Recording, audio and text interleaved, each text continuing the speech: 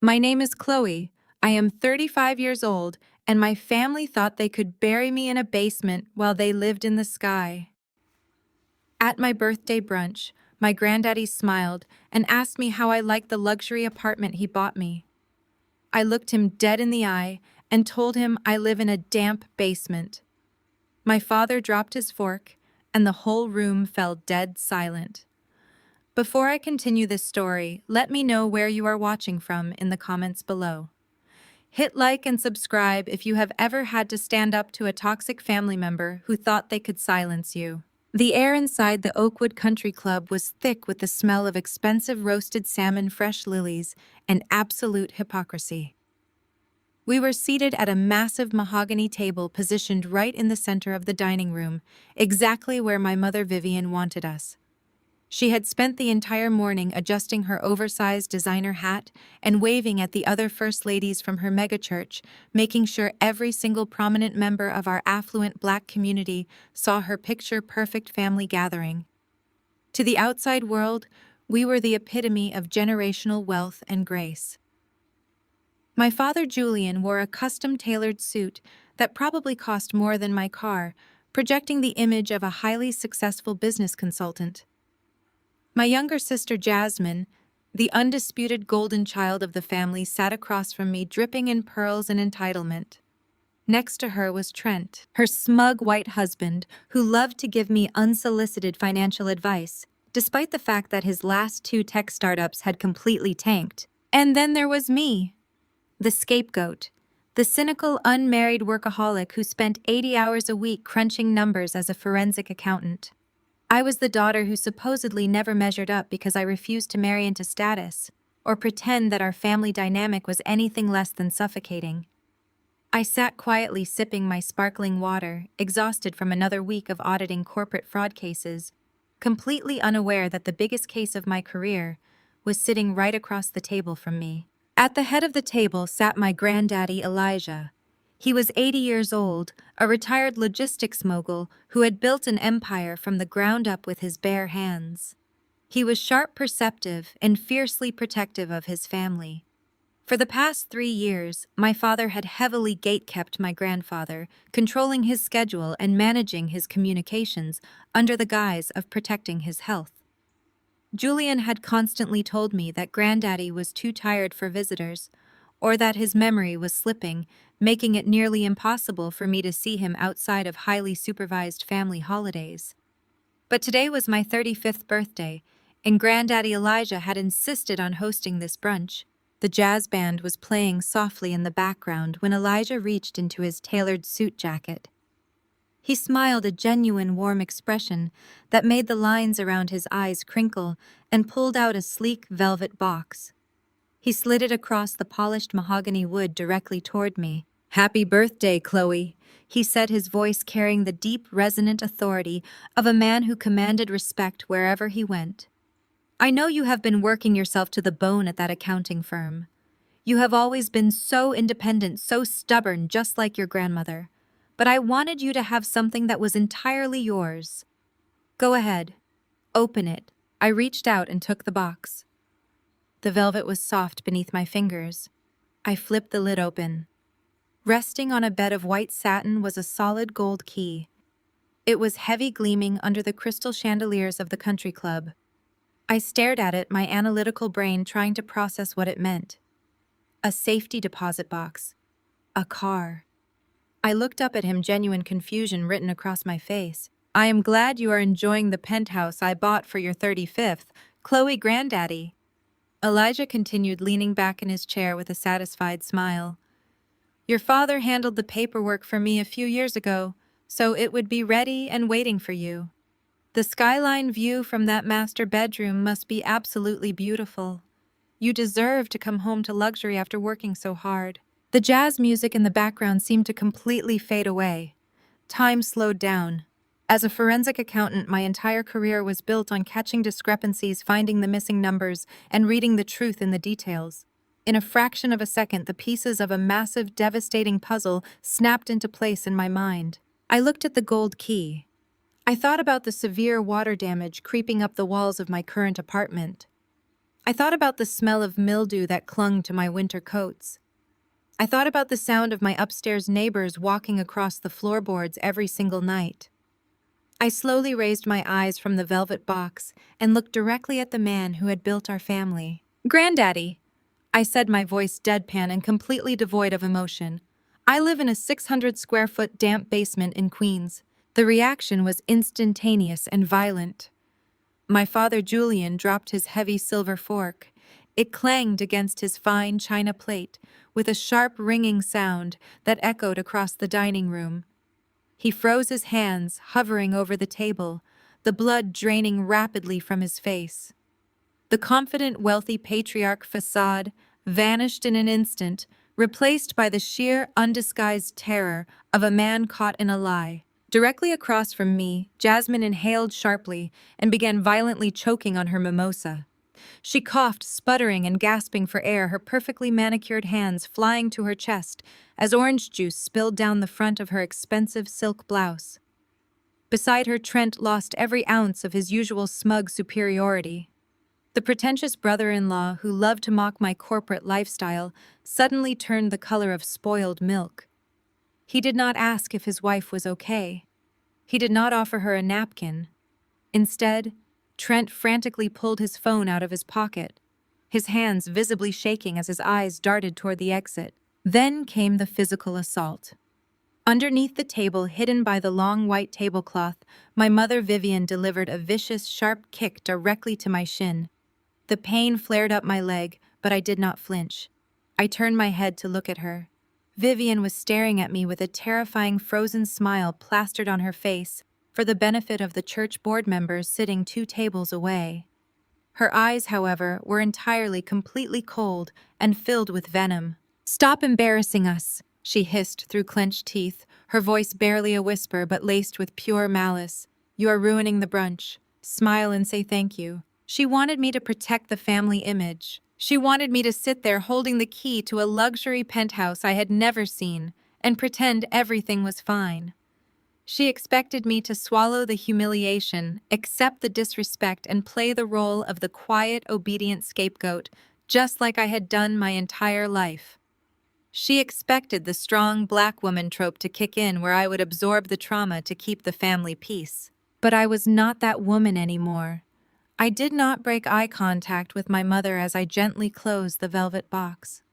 The soft click of the lid shutting felt like a gavel striking a block. Granddaddy Elijah did not miss a single thing. He was old, but he was far from foolish. He watched Julian drop the fork. He watched Jasmine choke. He watched Trent panic. And he watched my mother hiss at me through a fake smile. The warm, loving expression on his face completely evaporated, replaced by the hardened, ruthless glare of the business mogul who had crushed competitors for decades. He slowly placed both of his hands flat on the mahogany table. "Julian," Elijah said, his voice dropping an octave, radiating a quiet, dangerous fury. "What exactly is my granddaughter talking about? Where is the deed to the property I purchased?" The absolute panic that washed over my father was pathetic to witness. He began sweating through his custom suit, his collar suddenly looking far too tight for his neck. He stammered, pulling at his tie, his eyes darting wildly around the room as if looking for an escape route. "It is just a clerical error, Dad." Julian choked out, his voice unnaturally high. "The property management company made a mistake with the transfer. The deed is currently pending in escrow. It is just a delay with the bank. You know how these real estate transfers can get tied up in red tape. I was going to surprise her when it officially cleared." He was lying. It was a sloppy, desperate, pathetic lie. And he expected me to sit there and let him get away with it. I did not yell. I did not cry. I did not ask my parents why they did not love me enough to give me the gift that was rightfully mine. Instead, my training took over. I reached into my purse and pulled out my phone. With quick practice movements, I bypassed the standard search engines and logged directly into the county property registry database. I typed in my grandfather's holding company, filtered by the neighborhood he had mentioned, and found the luxury high-rise building. I clicked on the penthouse unit and pulled up the official transfer of ownership records. I slid the bright screen of my phone directly across the center of the table, stopping it right in front of Granddaddy Elijah. "It is not pending in escrow." "Dad," I said, my voice cutting cleanly through the ambient noise of the country club.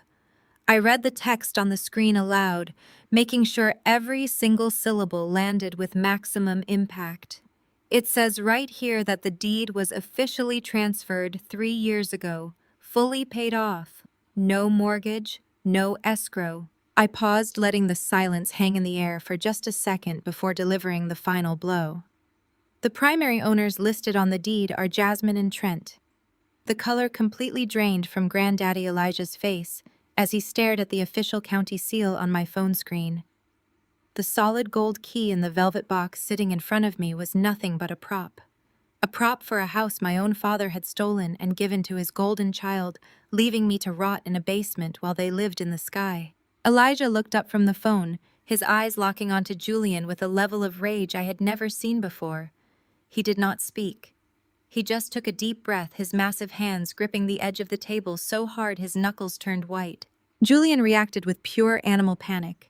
He lunged forward and violently snatched my phone from the table, knocking over a crystal water glass. The water spilled everywhere, soaking into the pristine white tablecloth. He glared at me, his chest heaving, the vein in his forehead pulsing erratically. "Family meeting in the hallway," Julian commanded, his voice shaking with furious desperation. "Now!" Julian scrambled. The sharp lines of his custom-tailored suit suddenly looked suffocating. He tugged violently at his silk tie, his chest heaving as he tried to construct a plausible lie under the crushing weight of Elijah's glare. Sweat beaded on his forehead, reflecting the light from the chandeliers above us. He forced a laugh, a dry and hollow sound that completely failed to diffuse the tension in the room. He leaned forward, placing his hands flat on the table, trying to project the image of a reasonable businessman handling a minor logistical hiccup. He thought he could outsmart an 80-year-old logistics mogul with cheap corporate jargon. "It is just a clerical error," Dad Julian choked out. His voice was unnaturally high, stripped of its usual booming authority. "The property management company made a massive mistake with the transfer paperwork. You know how incompetent these corporate firms can be these days. They mix up the unit numbers and the parcel identification codes all the time. The deed is currently pending in escrow. It is just a minor delay with the bank. You know how these real estate transfers get tied up in endless red tape and bureaucratic nonsense. I was going to surprise Chloe when it officially cleared. I have my legal team sorting it out as we speak. We just need to give the underwriters a few more days to process the final signatures." He was lying. It was a sloppy, desperate, pathetic lie. He was throwing out words like escrow and underwriters, hoping Granddaddy Elijah would simply nod and accept the delay. He expected me to sit there and let him get away with it. He expected me to play the role of the quiet, obedient daughter who would never dare contradict the patriarch in public. My mother immediately jumped in to support the fabrication. Her manicured hand clamped down on my wrist under the table, squeezing hard enough to leave a deep bruise. "Exactly, Elijah," she said, her voice dripping with artificial sweetness. "Julian has been working tirelessly on this property transfer. Chloe just misunderstood the timeline. She always jumps to the worst possible conclusions and makes a mountain out of a molehill. We wanted to make sure everything was absolutely perfect before handing over the property to her. You know how impatient young people can be." Vivian smiled at the table, radiating the perfect church first lady energy, but her nails were still digging into my skin and her eyes were completely cold. She was warning me to shut my mouth and accept the narrative. Across the table, Jasmine had finally stopped coughing up her mimosa. She pressed a cloth napkin to her mouth, her eyes darting between Julian and Granddaddy Elijah. For the first time in her life, the golden child looked genuinely terrified. She reached out and grabbed Trent's arm. Trent sat frozen, his phone clutched in his hand. The smug, pretentious brother-in-law, who loved to mock my corporate lifestyle, was completely silent. He knew that the lie Julian was spinning was paper thin. He knew that they were sitting on a ticking time bomb. I did not cry. I did not ask my parents why they hated me. I did not ask why my sister was wearing imported pearls while I was scraping mold off my baseboards every weekend. Tears are for people who want to be understood. I only wanted to be victorious. As a senior forensic accountant, my entire career was built on dismantling lies exactly like this one. I spent 80 hours a week tracking down hidden assets, exposing offshore accounts, and proving that numbers never lie even when people do. I knew that people who forge one document never stop at just one. I knew that behind every financial lie there is a paper trail screaming to be uncovered. In my line of work, you learn very quickly that financial crimes are never committed by strangers. They are committed by the people who have the closest access to you. They rely on blind trust. They rely on the assumption that you will never double-check the paperwork because they are family. Julian had banked his entire strategy on the fact that I was the good, compliant daughter who would just accept his excuses and wait patiently for an apartment that was never coming. He thought I was too tired from my corporate job to run an audit on my own blood relatives. He was fatally wrong. I audited massive corporations for a living. Auditing my own father was the easiest assignment I had ever taken. I pulled my wrist out of my mother's violent grip. I did not break eye contact with Julian as I reached into my purse and pulled out my phone. I bypassed the basic search engines and logged directly into the county property registry database using my professional access credentials. The portal loaded instantly. "What are you doing, Chloe?" Vivian hissed, dropping the sweet voice entirely. "Put that phone away right now. This is a family meal." I ignored her completely. My thumbs flew across the digital keyboard. I typed in the name of my grandfather's primary holding company. I filtered the search results by the specific luxury neighborhood he had mentioned. The database populated a list of commercial and residential assets. I found the luxury high-rise building located right in the center of the financial district. I clicked on the penthouse unit and pulled up the official transfer of ownership records. The entire process took less than 30 seconds. I pulled up the digitized copy of the final deed complete with the county clerk's official stamp and the date of execution. My father was still rambling to Elijah about escrow accounts and banking delays when I slid the bright screen of my phone directly across the center of the mahogany table. The device glided smoothly over the polished wood and stopped right in front of Granddaddy Elijah. I looked directly at my father, my voice cutting cleanly through the ambient noise of the country club dining room. "It is not pending in escrow, Dad," I said. I made sure every single syllable landed with maximum impact, leaving absolutely zero room for misinterpretation. I pointed to the glowing screen resting near Elijah's plate. "It says right here that the deed was officially transferred 36 months ago," I stated, reading the legal text aloud so the entire table could hear the undeniable truth. "The status is marked as closed and finalized by the county clerk. The property is fully paid off. There is no mortgage. There is no pending escrow. There is no clerical error involving the unit number. The transaction was completed 3 years ago." I paused, letting the heavy, suffocating silence wrap around the table before I delivered the final devastating blow. "The primary owners listed on the recorded deed are Jasmine and Trent." When I read their names aloud, Jasmine actually flinched as if she had been physically struck. She looked down at her lap, suddenly unable to meet her grandfather's eyes. The golden child was entirely complicit.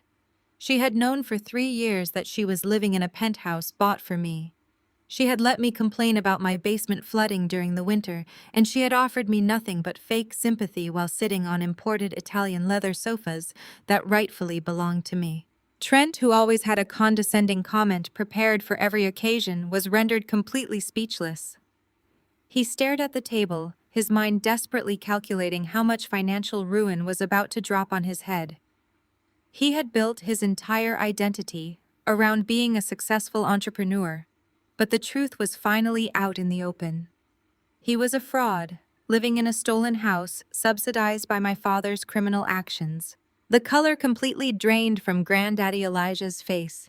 He leaned forward and stared at the official county seal on my phone screen.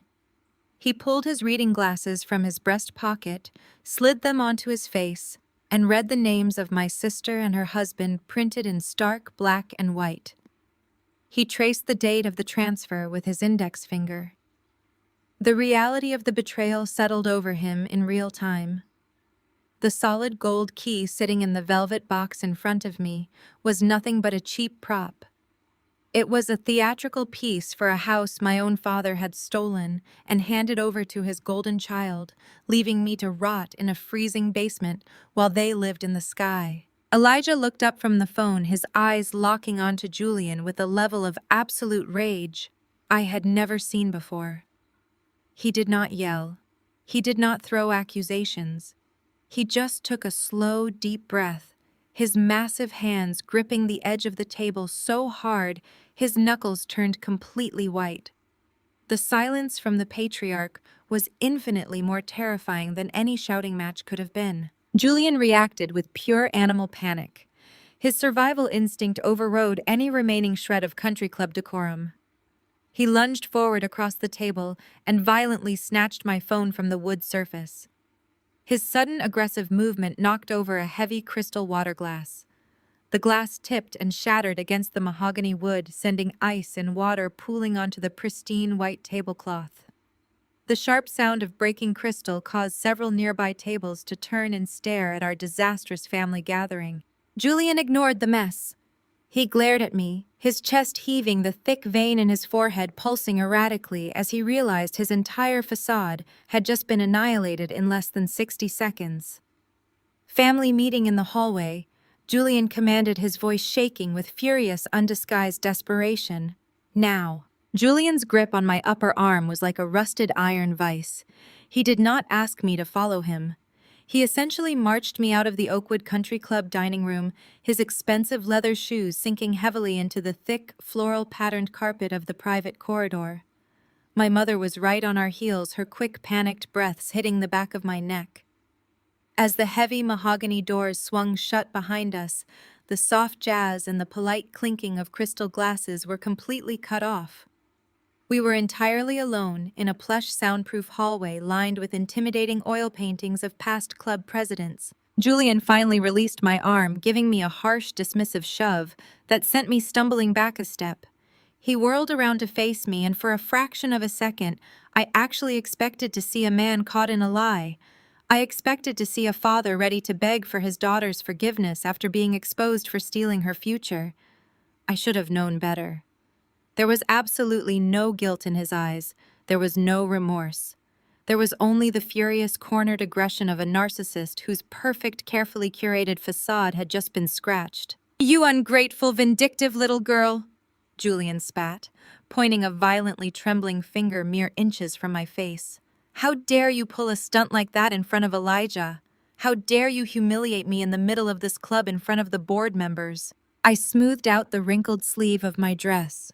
My heart was pounding frantically against my ribs, a rapid drumbeat of pure adrenaline, but my voice remained perfectly steady.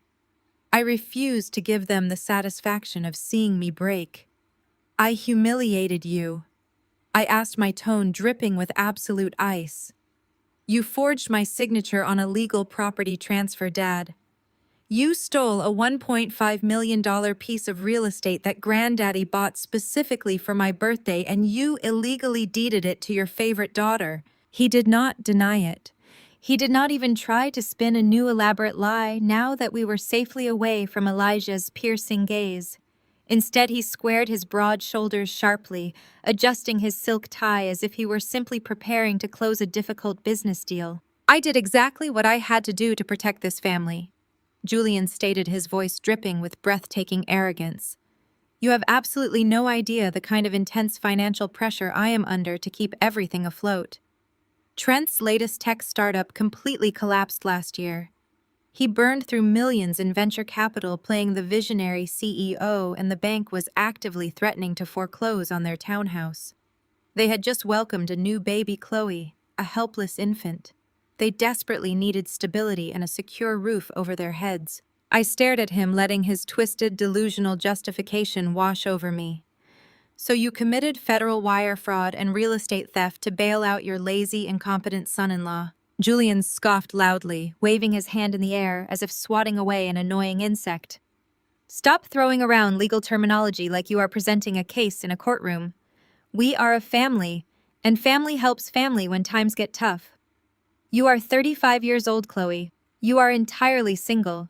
You do not have children to feed. You work 80 hours a week crunching numbers in a sterile corporate cubicle. What on earth do you need a massive 3-bedroom penthouse for? You are never even home to enjoy a skyline view. You should be down on your knees thanking God that you have the opportunity to help your sister build her life. You should be endlessly grateful we found a practical use for that property, instead of letting it sit empty while you rot away at your accounting firm. The sheer, unfiltered audacity of his words was physically paralyzing. He had stolen my inheritance, locked me out of my own home, allowed me to live in squalor, and was now standing in a country club hallway, actively demanding my gratitude. He had rationalized his theft so deeply that he actually believed he was the victim of my selfishness. As a forensic accountant, I tracked criminals for a living, but looking at my father, I realized the most dangerous fraudsters are the ones who share your last name. I opened my mouth to tell him exactly what I thought of his twisted family values, but Vivian stepped swiftly between us. She smoothed the front of her immaculate designer dress, taking a deep, dramatic breath to settle her nerves. She reached out and tried to grab my hands, adopting the soft, sickly sweet maternal voice she used whenever she was addressing her megachurch congregation on Sunday mornings. Chloe, please listen to reason. Vivian pleaded, her eyes wide and imploring, though there was zero genuine warmth behind them. You have to understand our delicate position in the community. You know how vitally important our church is to our social standing. Julian and I are the foundational pillars of the congregation. We are the first family of that ministry. When people look at us, they need to see God's abundant favor. They need to see undeniable generational blessings. Jasmine and Trent represent that blessing perfectly to the public. They are a beautiful, successful young couple raising a perfect child in a stunning luxury home. It inspires the congregation to give more. It maintains the flawless aesthetic of success that your father absolutely needs to attract high net worth clients for his consulting firm. I violently pulled my hands away from hers as if her perfectly moisturized skin burned to the touch. The aesthetic of success, I repeated, the bitter metallic taste of betrayal heavily coating my tongue. So I was robbed blind to fund your fake church aesthetic. Vivian sighed heavily, shaking her head side to side as if I were a stubborn, slow-witted child refusing to understand basic addition. You have always been so intensely cynical and difficult, Chloe. You never fit the family aesthetic. You ask too many questions. You always look for the negative in every situation. You aggressively refuse to join the elite women's ministry. You refuse to let me set you up with the senior deacon's successful sons. You deliberately chose to move into that miserable, damp little basement in Queens just to prove some ridiculous point that you did not need our help. You practically isolated yourself from this family. Jasmine actually knows how to represent the family brand with grace. She hosts prestigious Bible studies in that penthouse kitchen. She hosts wealthy charity dinners in that dining room. She is actively using the space for the Lord's work. For a long, agonizing moment, I could only look at the two of them. My father, the corporate thief, wrapped tightly in a custom wool suit. My mother, the spiritual manipulator, seamlessly using God to justify grand larceny. They were a match made in hell. They had built an entire alternate reality where right and wrong were determined entirely by what made them look wealthy to their elite social circle. They had sacrificed my future on the altar of their public image without losing a single second of sleep. Let me get this completely straight, I said, keeping my tone deadly calm, channeling every ounce of my professional auditing experience to keep from screaming. You forged a legal deed. You redirected a multi-million-dollar asset purchased cleanly by my grandfather. You handed the keys over to a smug man who cannot keep a business open for more than 6 months without bankrupting his investors. And you did it all because Jasmine looks slightly better in the church Instagram photos. Julian stepped forward again, his face darkening with a dangerous, explosive rage. Do not use that disrespectful tone with us. You will turn around and go back into that dining room right now. You will look your granddaddy Elijah in the eye and tell him that you were entirely mistaken. You will tell him you pulled up the wrong address on your phone registry, and you will apologize profusely for causing a scene in public. If you do exactly as I say, I will personally write you a check today to cover your basement rent in Queens for the next 12 months. A rent check. He was genuinely offering to pay the rent on my freezing mold-infested basement apartment while my sister lived in the multi-million-dollar property that literally had my name on the original receipt. It was the ultimate insult, a blatant attempt to toss me pennies to protect his stolen millions. I am not going back in there to lie for you, Dad, I stated clearly, my voice ringing with absolute certainty down the empty carpeted hallway. And I am certainly not taking your pathetic hush money. I am going to sit right there and watch Elijah tear your fake, fragile empire down to the studs. I am going to watch you try to explain to your wealthy church board why you are facing federal indictment for forging a property deed. My mother gasped loudly, her manicured hand flying to her chest in horror. Julian raised his hand slightly as if he might actually strike me, his eyes wide with a manic, desperate fury. He opened his mouth to shout another threat. But before he could say another word, the heavy mahogany doors at the far end of the hallway swung open. The bright, upbeat sound of the jazz band spilled out into the corridor for a brief second before the doors clicked shut again, sealing the hallway back into tense silence. Footsteps echoed softly against the carpet. I turned my head. Trent strutted out into the hallway. He was no longer the pale, terrified man sitting frozen at the brunch table. He had clearly stepped over to the private club bar to fortify his nerves before joining the ambush. He held a heavy crystal glass filled with amber whiskey, swirling the liquid slowly and deliberately as he walked toward us. The smug, infuriating grin had returned to his face, plastered on like a mask of absolute entitlement. He looked at me, then at Julian, completely and utterly unbothered by the fact that he was standing in the middle of a massive, exposed financial crime. Trent took a slow, deliberate sip of his amber whiskey. The ice clinked against the crystal glass, the sound sharp in the quiet corridor. He casually leaned his shoulder against the expensive mahogany wall paneling, crossing one ankle over the other. He looked at my father, who was still sweating through his bespoke collar. And then he looked at me. His blue eyes were filled with a mixture of amusement and profound disrespect. He treated this entire situation not as a felony, but as a minor inconvenience caused by a hysterical woman. "Chloe, you really need to lower your voice," Trent said, his tone dripping with the kind of forced calm patience you might use on a toddler throwing a tantrum in a grocery store. "You are causing a scene over absolutely nothing. You have always had this massive chip on your shoulder, and frankly, it is exhausting for everyone around you." I stared at him, letting his words hang in the air. He was standing in a stolen luxury property, funded by my forged signature, yet he had the supreme audacity to tell me I was the one causing a problem. "You just do not understand how wealth accumulation works," Trent continued, swirling the ice in his glass again. "You are so wrapped up in your whole black corporate struggle narrative. You think because you sit in a sterile cubicle crunching numbers for 80 hours a week that you somehow understand real business. You do not. You have an employee mindset. You are a worker bee.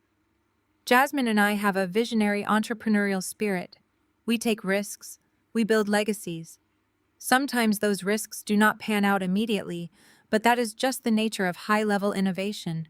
His definition of high-level innovation was launching a useless tech app, burning through millions of dollars in angel investments, and then crying to my father when the bank threatened to repossess his cars.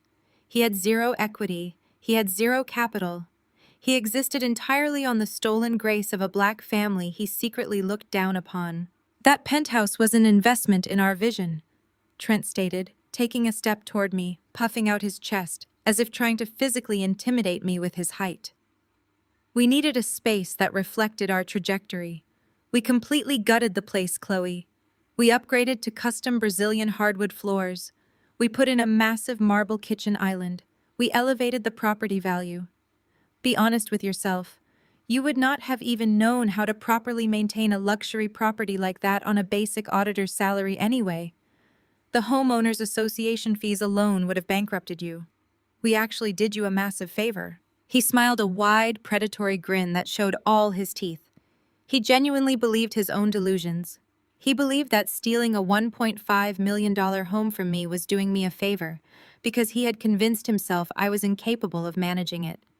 He reduced my career as a senior forensic accountant, handling multi-million-dollar corporate fraud cases, to a basic auditor just to inflate his own fragile ego. Trent reached into the inner pocket of his tailored jacket and casually pulled out his phone.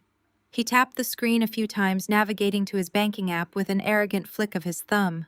"Look, I get it," Trent said, his voice dropping to a conspiratorial whisper, as if we were suddenly friends striking a backroom deal. "You feel a little slighted because Dad bypassed you. You are single. You live in some cramped, damp little box in Queens. It is depressing. I get why you are acting out. So let us just handle this like adults. Give me your routing number right now. I will wire you $5,000 immediately. Go book a nice resort in Tulum. Buy yourself some new clothes. Get a massage. Stop being so bitter and stressing everyone out. Take the money, walk back in there and tell Elijah you made a mistake on your little phone app." I did not move. I did not blink. A slow, cold laugh ripped its way out of my chest. It was not a chuckle. It was a deep, visceral sound of pure, unadulterated disbelief. Trent's smug smile faltered for a fraction of a second. The glass in his hand stopped swirling. I stepped forward. I did not shrink away from his height. I stepped directly into his personal space, invading his comfort zone, forcing him to either stand his ground or back away. He instinctively took a half-step backward, his back hitting the mahogany wall paneling. $5,000, I repeated, my voice dropping to a deadly quiet register. You want to wire me $5,000 to keep quiet about a $1.5 million real estate theft? It is a generous offer for a simple misunderstanding. Trent stammered, his confident facade showing its first real crack. You do not even have $5,000 of your own money to send me, Trent, I stated, locking my eyes onto his, refusing to let him look away. Your last startup filed for bankruptcy protection 7 months ago. Your business accounts are frozen. Your credit is completely heavily leveraged. Every single dime in your checking account right now is an allowance funneled to you by my father. You are a grown man living on stolen pocket money. You are a parasite. Trent's face turned a violent shade of crimson. His jaw clenched and he gripped his whiskey glass so tightly I thought the crystal might actually shatter in his palm. You are living in a stolen house. I continued my words, striking him with the precision of a scalpel. You are walking on stolen Brazilian hardwood floors. You are cooking on a stolen marble island. And you are standing here trying to bribe a forensic accountant with stolen money. You think I am just an angry, bitter woman you can dismiss. You have absolutely no idea what I do for a living. I dismantle fake empires for breakfast. I track missing money across global offshore accounts. And I'm going to track every single penny my father illegally handed to you. I am going to rip your fake visionary life apart, and I am going to take my penthouse back. Trent's mouth opened, but no sound came out. The arrogant tech bro had completely vanished, replaced by a terrified man who suddenly realized he was totally outmatched. He looked past me toward Julian, his eyes silently begging his father-in-law to intervene to save him, to fix the mess he had just confidently waded into. Before Julian could step forward, Vivian lunged at me.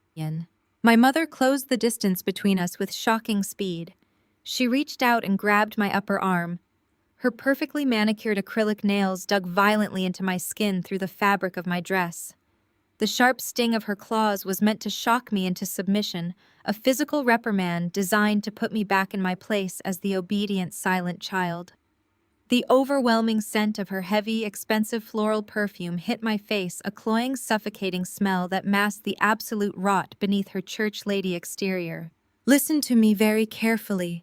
Vivian hissed, her face inches from mine, her eyes wide with a frantic, unhinged desperation. The sweet melodic tone she used for the congregation was entirely gone. This was the real Vivian. You will not destroy us. You will not march back into that dining room and ruin your father's reputation. If you tell Elijah the truth, if you expose this family and drag our name through the mud in front of the entire church board, I swear to God, Chloe, you are dead to this family. I will completely erase you. You will never set foot in our home again. You will have no one. She thought the threat of isolation would break me.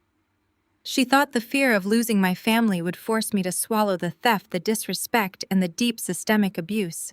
She genuinely believed that her love was a prize I was still desperately fighting to win. I looked down at her hand gripping my arm. I looked at the bright red polish on her nails digging into my flesh. Then I looked up into her frantic, angry eyes. I did not feel fear. I did not feel sorrow. I felt absolutely nothing but a cold, liberating clarity. I raised my opposite hand and violently yanked my arm free from her grip. The sudden force of my movement sent Vivian stumbling backward, her designer heels slipping slightly on the plush carpet.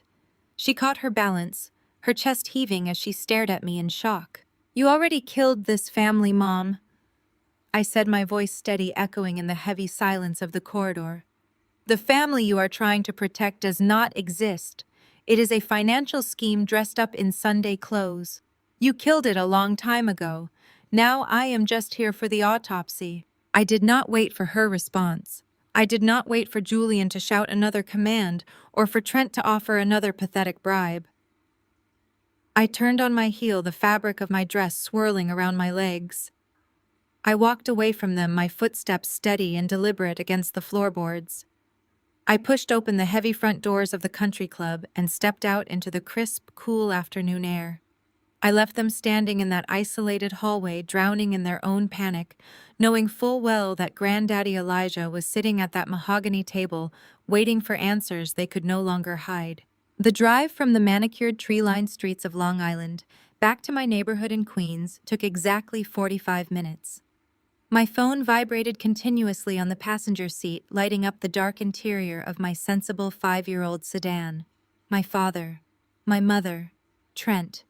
Even a text from Jasmine, undoubtedly trying to play the ignorant, helpless victim.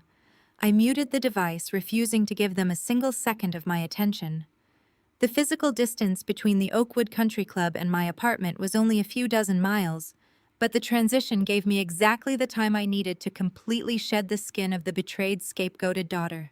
By the time I pulled into the cracked concrete driveway of my apartment building, the transformation was absolute. I was no longer Chloe, the family disappointment. I was a senior forensic accountant, and I was stepping into my war room. I unlocked the heavy metal security door and descended the narrow, creaking stairwell into my basement apartment. The immediate hit of damp, freezing air made me shiver. The smell of mildew was significantly stronger today, clinging aggressively to the cheap drywall and the exposed copper pipes running directly across my low ceiling. I flicked the switch and the single overhead fluorescent light hummed, casting a harsh, pale glow over my 600 square feet of living space. I looked at the warped baseboards and the tiny ground-level window that barely let in any sunlight. This was the miserable space my father deemed perfectly acceptable for me, while he illegally deeded a multi-million-dollar luxury penthouse with skyline views to my sister. I did not collapse onto my worn secondhand sofa. I did not shed a single tear. Crying is a biological response to being overwhelmed, and I was not overwhelmed. I was highly focused, fueled by a cold, calculating rage. As a senior auditor, I knew one universal truth about financial predators. People who are arrogant enough to forge a county deed on $1 million property do not stop at just one crime. Fraud is a relentless addiction. It requires constant, exhausting maintenance. Once you cross the line into federal offenses to fund a fake, lavish lifestyle, you have to keep stealing just to keep the lights on. I pulled my company-issued laptop from my bag, set it on my small, wobbly dining table, and booted up my encrypted network. As an auditor handling high-stakes corporate embezzlement cases, I had access to databases the general public did not even know existed. I bypassed the standard search engines and basic county clerk portals. I went straight for the deep financial registries, pulling up UCC filings, corporate tax liens, offshore registry leaks, and state business entity records. I started my investigation with the centerpiece of my father's absolute arrogance, Julian Wilson Consulting. My father loved to boast about his prestigious firm. He used it as an impenetrable shield to prove his superiority, claiming he managed elite portfolios for high net worth individuals and mega church donors. He walked around in custom Italian suits, acting like he was a Wall Street titan, graciously blessing the community with his financial genius. I pulled up the firm's state tax filings and cross-referenced them with the Federal Business Registry. I stared at the screen as the numbers loaded my eyes, scanning the columns of raw data. Julian Wilson Consulting had not reported a legitimate net profit in 4 years. The firm was practically bleeding cash. The massive revenue streams he claimed to be generating from wealthy clients were entirely non-existent. Instead, the company was being kept alive on artificial life support by a massive influx of untraceable capital loans and bizarre zero-interest cash transfers. I leaned closer to the screen, my fingers flying across the keyboard as I initiated a trace on those incoming wire transfers. If Julian was not making money from legitimate clients, how was he paying for his country club memberships, my mother's designer dresses, and Trent's endless string of failed tech startups? I pulled up Jasmine and Trent's financial footprint next. Trent loved to brag about his visionary entrepreneurial spirit. I ran a deep background check on his highly publicized app development company, the one that had conveniently filed for bankruptcy protection just 7 months prior.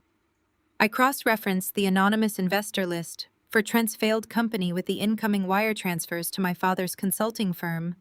The puzzle pieces snapped together with horrifying criminal clarity. It was a massive labyrinth of shell companies.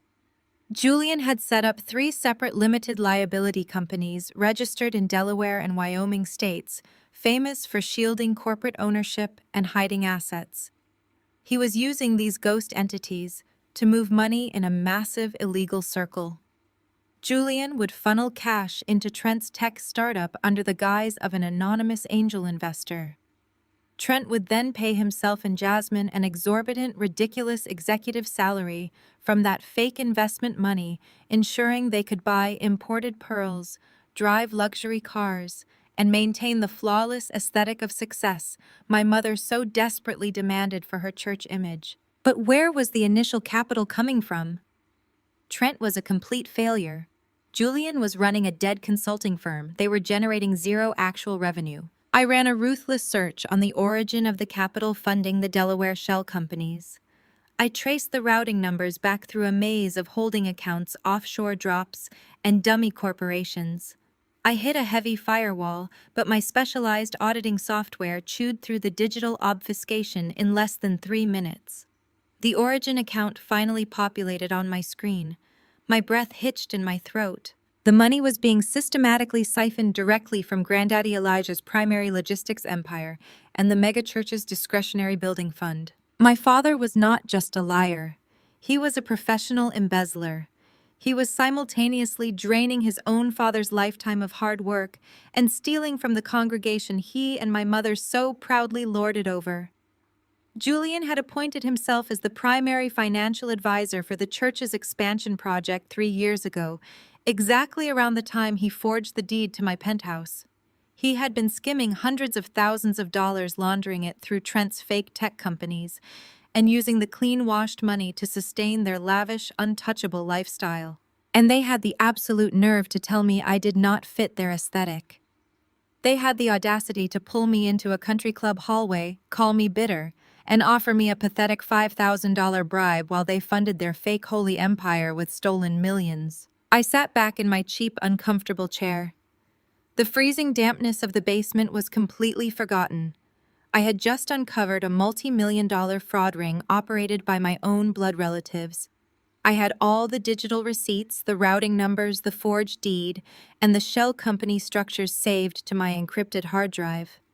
But exposing a crime of this magnitude required more than just an audit report. I was an accountant, not an executioner. I needed a legal shark who could take this data and turn it into a guillotine. I picked up my phone and scrolled past the 52 missed calls from my parents. I found the contact I needed and hit dial. Malik Vance was a ruthless, brilliant corporate attorney who worked at a top-tier firm in Manhattan. We had collaborated on several massive embezzlement cases over the last 5 years. He was cold, analytical, and utterly merciless when it came to financial predators. He did not care about feelings, family dynamics, or social status. He only cared about the law, the evidence, and winning. The line rang twice before he picked up. "Chloe," Malik said, his deep voice smooth and perfectly professional. "It is Sunday afternoon. You usually do not call me on the weekend unless someone is actively fleeing the country with embezzled corporate funds. I need you to open your secure portal," I said, my voice completely devoid of emotion, operating purely on adrenaline and logic. "I am sending you an encrypted zip file. I need you to review it immediately." Malik paused. He knew my tone better than anyone. "I can hear the absolute ice in your voice, Chloe. Who are we hunting today?" "My father," I replied. "He forged a deed on a $1.5 million penthouse purchased by my grandfather. While auditing the transfer, I found a network of Delaware shell companies. He is laundering money through my brother-in-law's failed tech startups, actively draining my grandfather's holding accounts, and embezzling from a church-building fund. I have all the routing numbers mapped. The financial footprint is undeniable." A low, impressed whistle came through the speaker. "Send the file. Give me 10 minutes." I dragged the encrypted folder containing the entire breakdown of Julian's fraudulent empire and hit send. I walked into my tiny kitchenette, poured myself a glass of tap water, and stood in the center of the damp room. I was no longer the scapegoat daughter forced to swallow disrespect to keep the peace. I was the architect of their absolute destruction. They wanted to maintain their perfect aesthetic at my expense, but I was going to strip them down to absolutely nothing. Exactly 10 minutes later, my phone rang. I answered it on the first ring. "Chloe," Malik said. His usual calm, collected, and detached demeanor was entirely gone. He sounded breathless, his voice tight with an urgency and alarm I had never heard from him before. "What is it?" I asked, my grip tightening on the phone. "Are the shell companies linked to something worse?" "Chloe, they didn't just forge a deed," Malik commanded, his voice deadly serious. "Look at the power of attorney filing I just sent back to your secure inbox." Trent pushed through the heavy mahogany doors, letting them swing shut behind him with a soft thud that sealed us inside the private corridor. He was entirely unbothered by the sheer panic radiating from my parents. While Julian was sweating profusely and Vivian was hyperventilating, Trent looked like he had just finished a highly successful round of golf. He held a crystal tumbler filled with expensive amber whiskey, the ice clinking softly as he swirled it with deliberate, arrogant ease. A smug, deeply infuriating grin was plastered across his face. He leaned his shoulder against the expensive patterned wallpaper, crossing one ankle over the other. He took a slow, deliberate sip of his drink, letting his eyes rake over me with absolute disdain. He did not see a woman whose inheritance had just been brutally stolen by her own father. He saw an annoyance. He saw a minor logistical hurdle standing between him and his unearned luxury. "Chloe, you really need to lower your voice," Trent said. His tone dripped with a nauseatingly calm, condescending patience. It was the exact tone a parent might use to scold a misbehaving toddler in a grocery store. "You are causing an absolute scene over nothing.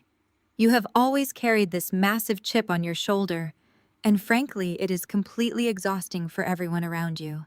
I stared at him.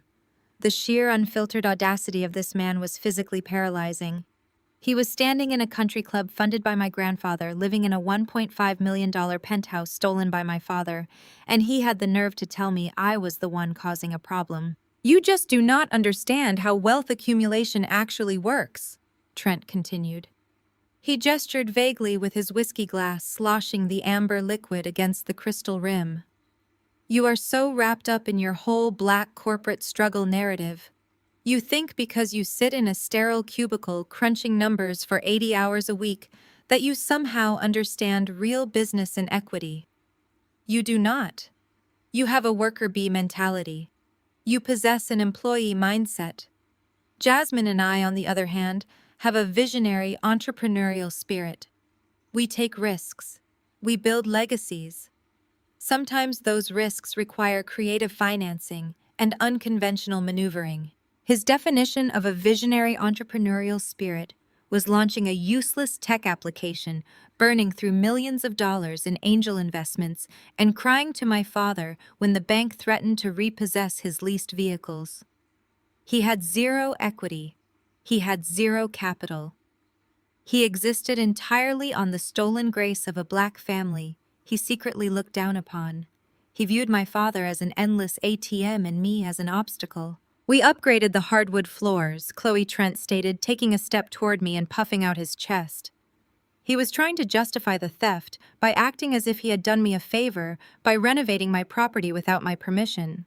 We completely gutted the kitchen and brought in imported Italian marble.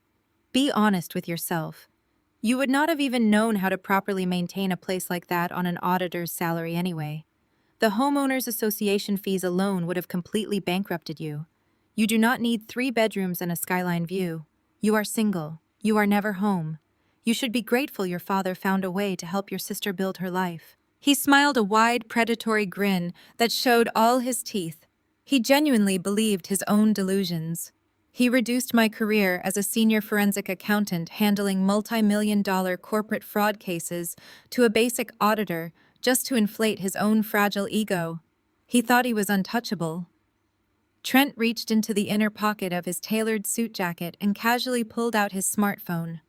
He tapped the screen a few times, navigating to his mobile banking app with a flick of his thumb. "Look, I get it," Trent said, his voice dropping to a conspiratorial, patronizing whisper. "You feel a little slighted because Julian bypassed you to take care of the golden child. It hurts your feelings. You live in a cramped, damp little box in Queens, and it is depressing. I totally understand why you are acting out today. So let us just handle this like adults and move forward. Give me your routing number right now. I will wire you $5,000 immediately. Go book a nice resort in Tulum for the weekend. Buy yourself some new clothes. Get a massage. Stop being so bitter and stressing everyone out. Take the money, keep quiet, and go back into that dining room and tell Elijah you made a mistake on your little registry app." I did not move. I did not blink. I did not shout or scream. Instead, a slow, cold laugh ripped its way out of my chest. It was not a chuckle. It was a deep, visceral sound of pure, unadulterated disbelief. My laughter echoed sharply against the quiet walls of the corridor. Trent's smug smile faltered for a fraction of a second. The ice in his glass stopped swirling. Julian and Vivian exchanged terrified glances, realizing that the compliant, silent scapegoat they had bullied for 35 years was officially gone. $5,000. I repeated, my voice dropping to a deadly quiet register that commanded total silence. "You want to wire me $5,000 to keep quiet about a $1.5 million real estate theft? It is a generous offer for a simple family misunderstanding," Trent stammered. His confident facade was showing its first real crack. He took a tiny step backward, his expensive shoes sliding slightly on the carpet. I did not let him retreat.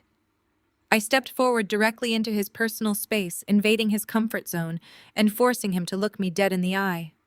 I was shorter than him, but in that moment I towered over his fragile, pathetic ego. "You do not even have $5,000 of your own money to send me, Trent."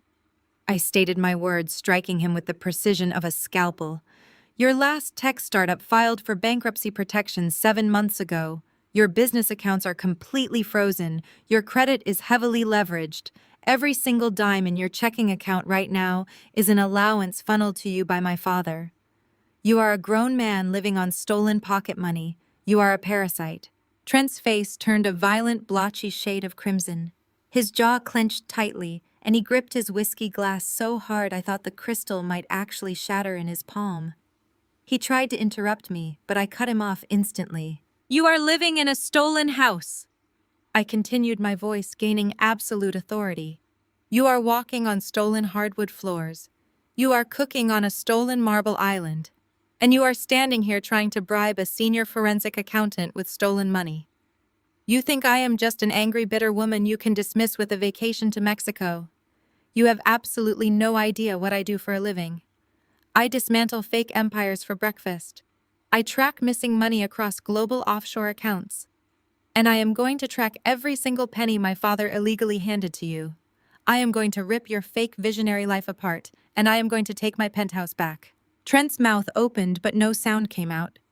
The arrogant tech bro had completely vanished, replaced by a terrified pale man who suddenly realized he was totally outmatched and facing federal prison time. He looked past me toward Julian, his eyes silently begging his father-in-law to intervene to save him, to fix the massive legal mess he had just confidently waded into. Before Julian could step forward, Vivian lunged at me. My mother closed the distance between us with shocking, aggressive speed. She reached out and grabbed my bare arm. Her perfectly manicured, sharp acrylic nails dug violently into my skin, pinching hard enough to draw blood. The sharp physical sting was meant to shock me into submission. It was a physical reprimand designed to put me back in my place as the obedient, silent child. The overwhelming scent of her heavy, expensive floral perfume hit my face, a cloying, suffocating smell that perfectly masked the absolute moral rot beneath her church lady exterior. "Listen to me very carefully," Vivian hissed. Her face was inches from mine, her eyes wide with a frantic, unhinged desperation. The sweet melodic tone she used for the congregation was entirely gone. This was the real Vivian. "You will not destroy us. You will not march back into that dining room and ruin your father's reputation." We needed Jasmine to look successful for the church's image. We needed the congregation to see our abundant blessings. "You have always been so cynical and difficult, Chloe. You never fit the aesthetic. If you tell your granddaddy the truth and ruin your father's name at the church, I swear to God, Chloe, I will make sure you are dead to this family. I will completely erase you. You will never set foot in our home again. You will have no one." She thought the threat of isolation would break me. She thought the fear of losing my toxic family would force me to swallow the theft, the profound disrespect, and the deep systemic abuse. She genuinely believed that her maternal love was a prize I was still desperately fighting to win. I looked down at her hand, gripping my arm. I looked at the bright red polish on her nails digging into my flesh. Then I looked up into her frantic, angry eyes. I did not feel fear. I did not feel sorrow.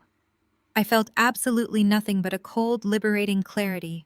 I raised my opposite hand and violently shook her off. The sudden, aggressive force of my movement sent Vivian stumbling backward. Her designer heels caught on the plush carpet and she crashed into Julian, who had to brace himself against the wall to keep them both from falling to the floor. "You already killed this family, Mom," I said, my voice steady, echoing in the heavy silence of the corridor. "The family you are trying to protect does not exist. It is a financial scheme dressed up in Sunday clothes. You killed it a long time ago. Now I am just here for the autopsy." I did not wait for her response. I did not wait for Julian to shout another useless command or for Trent to offer another pathetic bribe. I turned on my heel, the fabric of my dress swishing against my legs. I walked away from them, my footsteps steady and deliberate. I pushed open the heavy front doors of the country club and stepped out into the crisp afternoon air, leaving them standing in that isolated hallway, drowning in their own panic, knowing full well that an avalanche was coming. I had barely reached my car in the sprawling country club parking lot when my phone began to vibrate violently against my palm. The caller ID flashed my mother's name. I strongly considered ignoring it. I had just laid out the absolute destruction of their fake aesthetic in that mahogany hallway, and I had zero interest in hearing Vivian attempt to gaslight me over the phone. But something in the rapid, relentless buzzing triggered a sudden cold knot of professional intuition. Criminals operate on predictable timelines. When cornered, they panic. When they panic, they make massive, chaotic mistakes. I swiped the screen and brought the phone to my ear. "Chloe!" Vivian gasped. Her voice was completely stripped of its usual polished church lady melodic tone. It was shrill, frantic, and entirely unscripted. "It is your granddaddy. He collapsed. We are in an ambulance heading to Boston General." I froze. The keys in my hand bit sharply into my skin. What exactly happened? What exactly happened? "He had a severe panic attack right after you caused that horrific scene," Vivian accused immediately weaponizing the medical emergency to shift the blame onto me. He was asking Julian questions about the property deeds. He could not breathe. His chest tightened up completely. They are taking him to the intensive care unit right now. Do not bother coming to the hospital, Chloe. You have done enough damage to this family for one day. The line went dead. I threw my car into gear and sped out of the country club. I broke every speed limit all the way to the hospital, my mind racing faster than the engine. I analyzed the timeline with the cold precision of an audit. Granddaddy Elijah was exceptionally sharp. He had built a massive logistics empire from the ground up. If Julian and Trent had returned to that dining table sweating pale and panicked, Elijah would have instantly known they were hiding something significant. The sheer, overwhelming stress of realizing his own son was actively stealing from him had undoubtedly triggered a major cardiac event. My father had not just stolen my property, he had broken his own father's heart. I sprinted through the sliding glass doors of the emergency room, bypassing the front desk and navigating the familiar clinical corridors until I reached the elevator bank. The doors slid open on the 4th floor, and I stepped out onto the sterile linoleum of the intensive care unit wing. Julian and Vivian were standing directly in front of the heavy double doors leading into the ward. They were physically blocking the entrance like security guards at an exclusive event. When Vivian saw me marching down the hallway, her posture instantly stiffened. She immediately turned to a young, overwhelmed-looking charge nurse holding a digital tablet. "That is her," Vivian whispered urgently to the nurse, pointing a trembling, perfectly manicured finger in my direction. "That is my estranged daughter. Please, you have to stop her from going in there." I approached the desk, ignoring my parents completely. "I am here to see Elijah Wilson. I am his granddaughter." Julian stepped sideways, physically cutting off my path to the double doors. He used his height and his expensive tailored suit to establish immediate dominance, expertly playing the role of the protective, concerned patriarch facing a tragedy. "You are not going in there, Chloe," Julian stated, his voice a low, threatening rumble designed to project calm authority to the hospital staff. He looked at the nurse, his expression instantly shifting into one of profound, weary sadness. "My father is in a highly fragile state. My daughter here has a long history of severe emotional instability.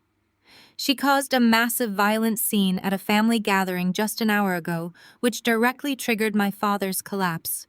She is a danger to his recovery and to herself." "I am a danger to your freedom, Julian." I shot back, my voice dangerously level. I looked directly at the nurse, maintaining steady eye contact. "My father is lying to you.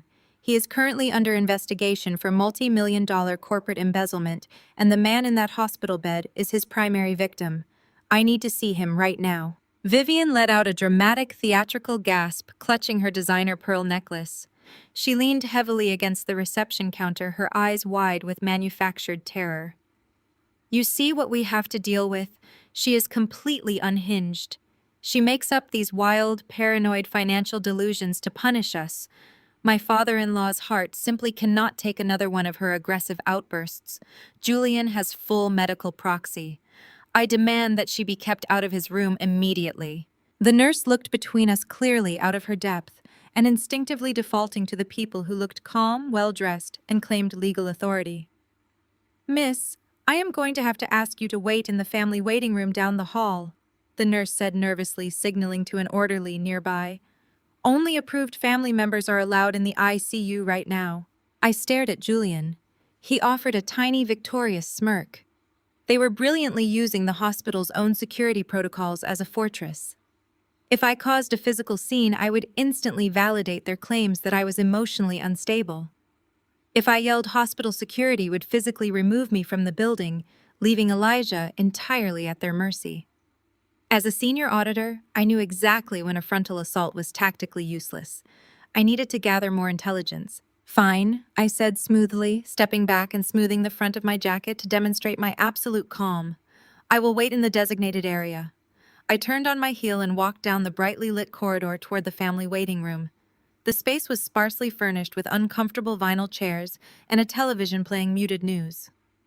I stepped through the doorway and immediately stopped in my tracks. Jasmine was sprawled across 2 chairs in the far corner. She was not crying. She was not pacing the floor in anxiety over our grandfather's life-threatening condition. She was holding her smartphone high at arm's length, carefully angling her chin downward to capture the most flattering hospital lighting. She applied a fresh, subtle layer of lip gloss. She widened her eyes, forcing a singular, delicate tear to pool perfectly in the corner of her eye. She snapped the photo, immediately dropped the sad expression, and began rapidly typing on her screen with supreme focus. I walked over and stood directly over her. She jumped slightly hastily, attempting to lock her screen, but not before I caught a clear glimpse of her uploaded post. It was a perfectly curated, teary-eyed selfie with the caption, "Pray for my grandpa." Family is everything. The sheer sociopathic disconnect made my blood run completely cold. Her grandfather was hooked up to life support monitors less than 50 feet away, actively fighting for his life because of her husband's theft. And she was utilizing his medical emergency to harvest sympathy engagement from her online church followers. "You are absolutely disgusting," I stated quietly, taking a seat directly across from her. "Your fake aesthetic empire is collapsing, Jasmine. Trent is completely broke. Julian is facing federal fraud charges. And you are sitting here treating a cardiac intensive care unit like a photo shoot." Jasmine slowly lowered her phone. The carefully constructed, innocent church wife persona vanished instantly. The mask dropped, revealing the cold, calculating, and ruthless entitlement beneath. She looked around the empty waiting room to ensure there were no nurses or other families present to witness her shift in tone. She leaned forward, resting her elbows elegantly on her knees. A slow, chilling smile spread across her flawless face.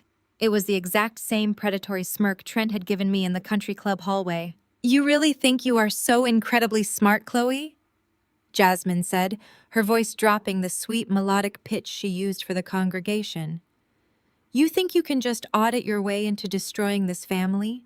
You think your little spreadsheets and your banking alerts are going to save you from being the outcast?" "I know they are," I replied, my gaze locked onto hers with absolute certainty.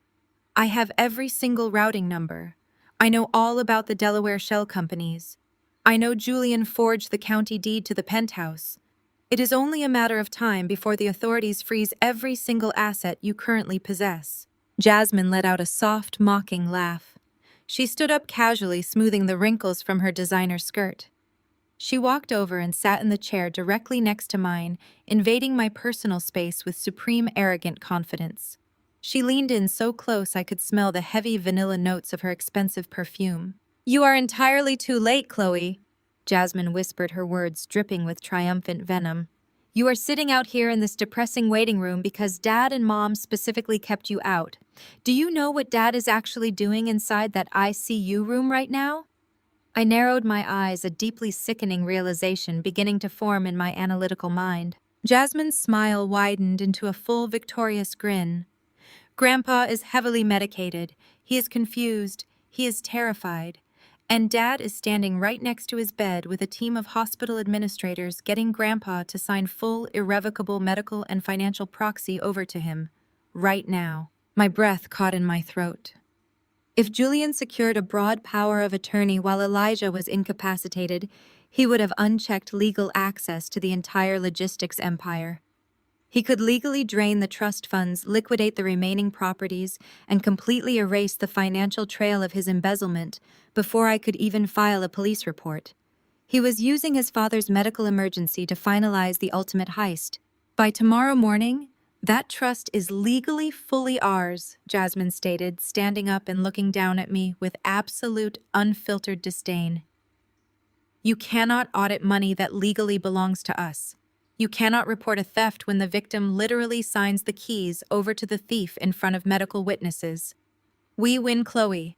Go back to your damp little basement." I did not give Jasmine the satisfaction of a reaction. I did not scream. I did not throw a tantrum in the middle of the sterile hospital waiting room. I simply stared at her, letting the absolute silence stretch between us until her smug, victorious grin began to waver at the edges. She wanted me to panic. She wanted me to beg. She wanted me to validate her delusion that she had finally bested the older, smarter sister she secretly envied her entire life. Instead, I sat back in the uncomfortable vinyl chair, crossed my legs, and folded my hands in my lap. I was a senior forensic accountant.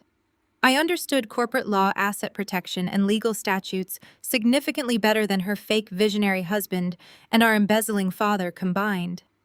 A broad power of attorney signed under heavy medical duress, particularly in an intensive care unit, immediately following a major cardiac event, was incredibly easy to challenge in a federal court. Julian was desperate. He was rushing. And rushing in the high-stakes world of financial fraud is exactly how you leave a trail of undeniable, heavily documented evidence. I waited. Patience is the ultimate weapon in an audit. You sit quietly while the target moves, talks, and inevitably exposes their own vulnerable flanks.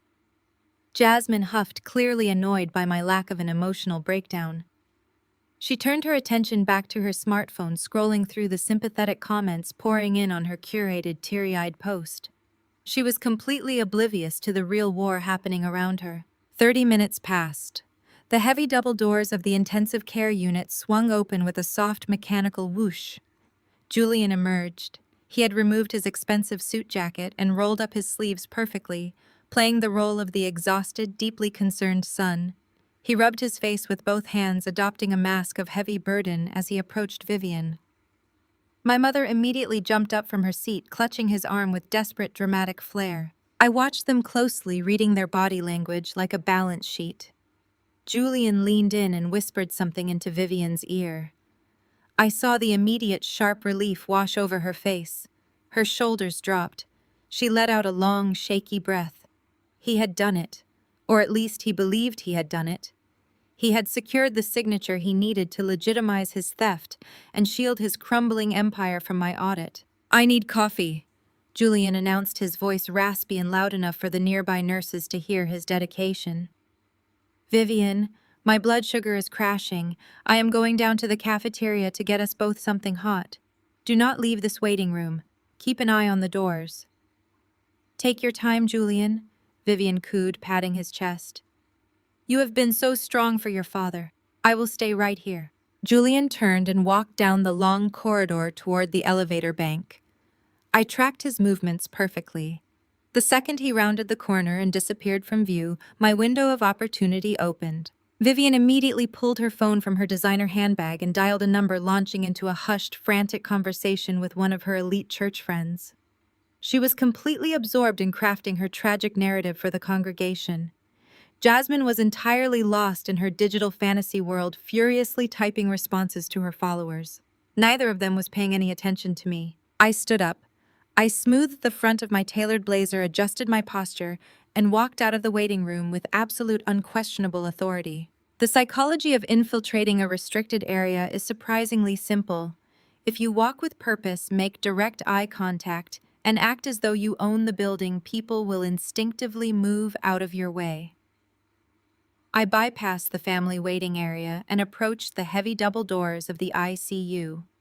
I pressed the silver access panel. The doors slid open. I stepped into the hushed, deeply sterile environment of the intensive care ward. The air smelled sharply of antiseptic and ozone. The only sounds were the soft, rhythmic beeping of cardiac monitors and the quiet hum of advanced medical machinery. The central nurses' station was located directly in the middle of the circular ward. 3 nurses were actively charting on their computers. I did not hesitate. I walked straight past the desk with a firm professional nod. One nurse looked up, her eyes landing on my confident stride. I offered a brief, tight-lipped smile, the exact kind a specialist consulting on a difficult case would give. She nodded back and returned to her screen. I navigated the outer ring of the ward, scanning the room numbers until I found Elijah Wilson. Room 4. The blinds were partially drawn, casting the room in long, dramatic shadows. I pushed the heavy glass door open, slipped quietly inside, and let the door close behind me. I immediately reached for the small privacy lock on the handle and engaged it with a soft, definitive click. I was sealed inside. The room was illuminated only by the glow of the medical monitors. I turned toward the hospital bed, fully expecting to see a frail, incapacitated man fighting for every breath, heavily sedated and unaware of his surroundings. I expected to find the broken patriarch my father and sister had just gleefully described. I was completely wrong. Granddaddy Elijah was hooked up to an intricate web of intravenous lines, heart monitors, and a nasal cannula delivering oxygen. But he was not asleep. He was not confused. He was not broken. He was lying perfectly still against the elevated pillows, his hands resting on top of the thin hospital blanket. He turned his head slowly as I approached the bed. His dark eyes were wide open. They were not clouded with heavy medication or residual panic from the attack. They were sharp, piercing, and burning with a steady, calculated fury.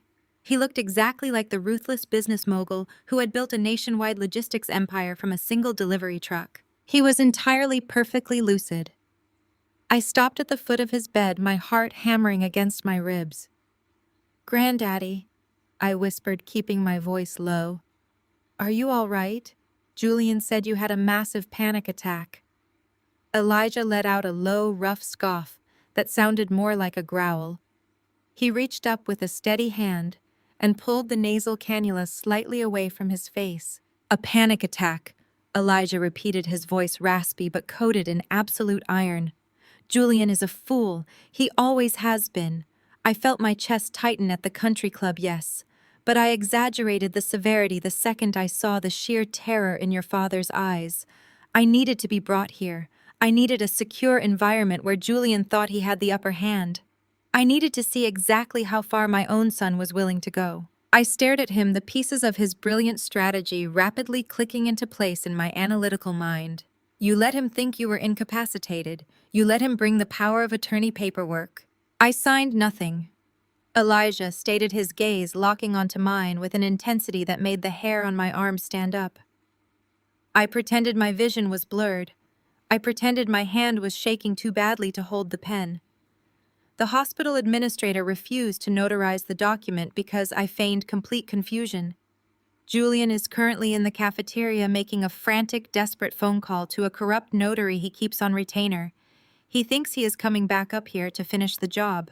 Elijah did not need me to explain the depths of Julian's betrayal. He already knew. "I knew your father was a thief, Chloe," Elijah whispered, the heartbreak finally bleeding through his iron facade.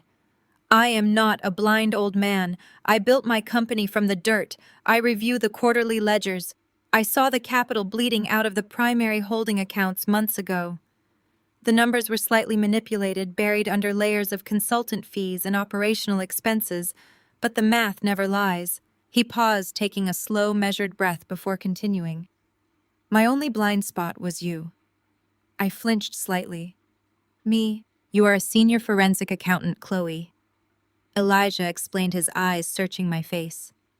"You manage the portfolios. You audit the books. When I saw the money disappearing into those Delaware shell companies, my first thought was that Julian could not possibly be smart enough to build that kind of sophisticated laundering network on his own. I thought my brilliant granddaughter was cooking the books to protect her father. The realization hit me with physical force. He thought I was the mastermind. He thought I was helping Julian steal his legacy. "But you passing me that phone at brunch," Elijah said, a faint, proud smile touching the corners of his mouth. "You looking me dead in the eye and exposing Trent's fake app, exposing the stolen penthouse. That proved you were not in on it with them. You chose the truth over the toxic loyalty of this family. You proved you are a Wilson." Elijah shifted his weight carefully, wincing slightly as he adjusted his position against the pillows. He reached his right hand down, sliding it between the metal bed frame and the thin, uncomfortable hospital mattress. He felt around for a second before his fingers closed around something small. He pulled his hand back and extended it toward me. I stepped up to the side of the bed and held out my hand. Elijah dropped a heavy, solid object into my palm. I looked down. It was a black military-grade encrypted flash drive. "Julian thinks he covered his tracks with those fake limited liability companies," Elijah whispered, his voice dropping to a deadly conspiratorial register. "He thinks he washed the money clean through Trent's bankrupt tech startups. But Julian is sloppy. He always leaves a back door. I hired a private intelligence firm 6 weeks ago to quietly mirror his personal servers." Elijah leaned his head back against the pillows, his eyes burning with the cold, ruthless fire of a patriarch ready to go to war. "This has the master offshore routing numbers he missed," Elijah stated, pointing a single finger at the drive in my hand. "It contains the shadow ledgers, the origin accounts, and the direct wire transfers linking Julian to the church embezzlement and the logistics trust fund bleed. It is the final nail in his coffin." I closed my fist tightly around the cold metal of the flash drive. The weight of it felt like absolute justice. Elijah looked at me, the heart monitors beeping a steady, relentless rhythm in the quiet room. "Take the drive, Chloe. Go to your lawyer. Let us burn him down." I left the sterile hum of the intensive care unit and walked out into the brisk afternoon air. I did not glance back at the waiting room where my sister and mother were undoubtedly still scheming and refreshing their social media feeds. I had the physical manifestation of their total destruction sitting heavy and cold in my coat pocket. My phone GPS guided me straight to Malik Vance's high-rise office building in the financial district. Malik was waiting for me in his corner glass office, the sprawling city skyline illuminating the severe calculating lines of his face. He did not ask about Elijah's health or offer useless platitudes about family trauma. He knew if I was standing in his office on a weekend, we had a job to finish. I handed him the black military-grade flash drive without a single word. He inserted the drive into his secure air-gapped terminal. The decryption software launched immediately. We stood shoulder to shoulder in the quiet office watching the progress bar load. When it hit 100%, the screen populated with dozens of heavily nested folders. We bypassed the standard tax returns and went straight for the master shadow ledgers Elijah had managed to mirror. What we found was not just corporate theft, it was a financial massacre. Julian had been using a highly sophisticated fraudulent power of attorney to bleed Granddaddy Elijah's logistics trust fund completely dry. He was not skimming off the top, he was hemorrhaging millions of dollars. My eyes darted across the digital spreadsheets, my brain automatically organizing the chaotic data into a clear, undeniable narrative of greed. Over the past 18 months, my father had siphoned exactly $4.2 million out of the primary holding accounts. The itemized breakdown of the stolen funds was staggering in its absolute brazenness. Julian had funneled over $800,000 directly into offshore accounts to cover his own catastrophic investment failures.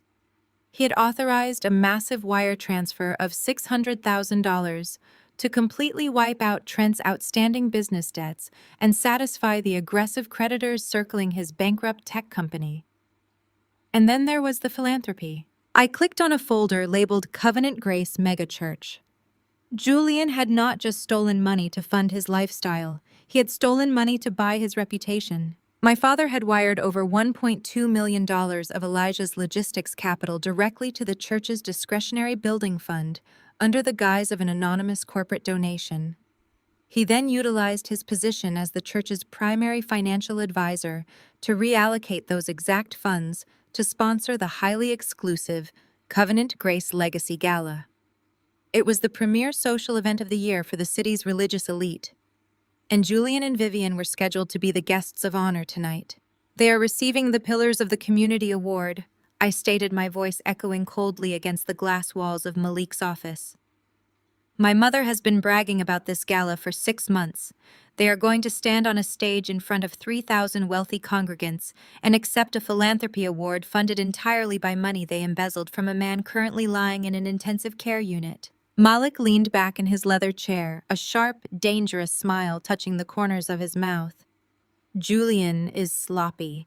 He routed the stolen funds through 3 Delaware shell companies, but he used his own personal IP address to authorize the final transfers. The digital fingerprints are absolutely everywhere. We have the origin accounts, the routing numbers, and the destination drops. We immediately shifted from auditing to offensive strategy.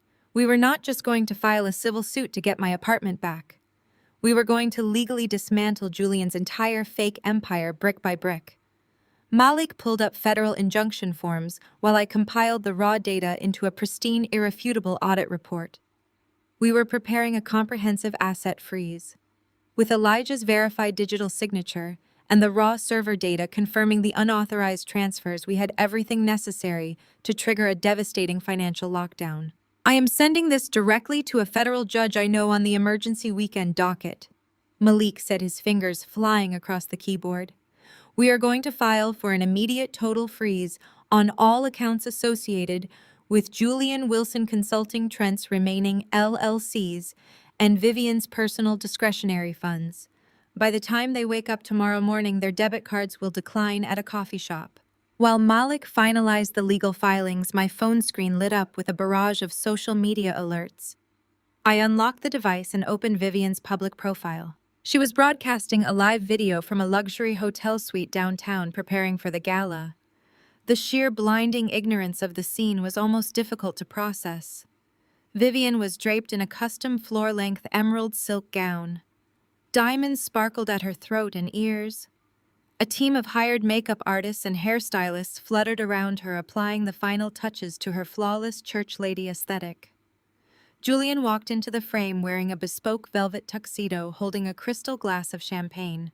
They were completely unaware that a guillotine was hovering directly over their necks. They were smiling, laughing, and thanking their followers for their abundant prayers. They had fully convinced themselves that they had won. They truly believed Elijah was permanently incapacitated, a helpless old man who could no longer defend his wealth. They genuinely believed that their aggressive intimidation tactics in the hospital hallway had successfully bullied me back into submission. They thought I was sitting in my damp basement apartment in Queens, crying over my stolen inheritance while they prepared to be crowned royalty. "We are so incredibly blessed," Vivian cooed to the camera, her voice dripping with artificial sweetness. "Julian and I have dedicated our lives to serving this community. Tonight is a celebration of faith, visionary leadership, and family legacy." I closed the application feeling absolutely nothing but cold, calculated resolve. Their entire reality was a carefully constructed house of cards, and I was holding the match. A new notification popped up on my screen. It was a direct text message from Trent. I opened the message. It was a high-resolution photograph. Trent and Jasmine were standing in the center of the kitchen in my penthouse. The custom-imported Italian marble island gleamed under the recessed lighting. The massive floor-to-ceiling windows showcased the breathtaking panoramic view of the city skyline at dusk. Jasmine was wearing a designer cocktail dress, holding a flute of expensive vintage champagne.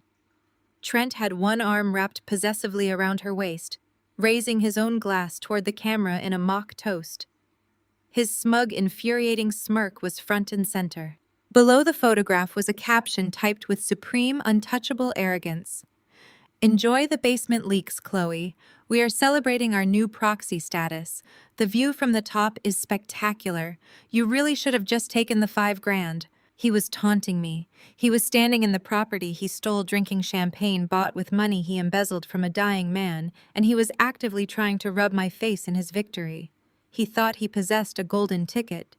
He thought the fraudulent power of attorney Julian had supposedly secured gave them permanent immunity from consequences. I did not block his number. I did not type out an angry, emotional paragraph defending myself. I did not list the federal statutes he was currently violating. I simply stared at the image of them celebrating their fake success, feeling the immense, crushing weight of the evidence sitting on the desk right in front of me. I tapped the reply box. My fingers moved with the steady, calm precision of a woman who already knew exactly how the war was going to end. "Enjoy the view, Trent. It expires tonight." I hit send, locked my phone, and turned my full attention back to Malik. The federal judge had just replied to the emergency filing. The asset freeze was officially authorized. The trap was set, the gates were locked, and the entire Wilson family was about to walk onto a stage and realize their fake empire had just burned to the ground. The federal servers processed the injunction with beautiful mechanical efficiency. Watching Malik navigate the banking portals was like watching a master surgeon perform a flawless, high-stakes operation. Every offshore account Julian had painstakingly concealed behind Delaware corporate shields was systematically flagged, frozen, and locked. The stolen capital from Elijah's logistics empire was completely immobilized. Julian could not move a single dime. He could not transfer funds to pay his criminal defense retainers. He could not wire money to his corrupt notary. He was financially paralyzed, stripped of his stolen armor with a few keystrokes. We did not stop at his primary holding accounts. We traced the exact path of the capital bleed. The itemized breakdown of the stolen funds was staggering in its absolute brazenness. Julian had funneled over $800,000 directly into foreign accounts to cover his own catastrophic, highly leveraged investment failures.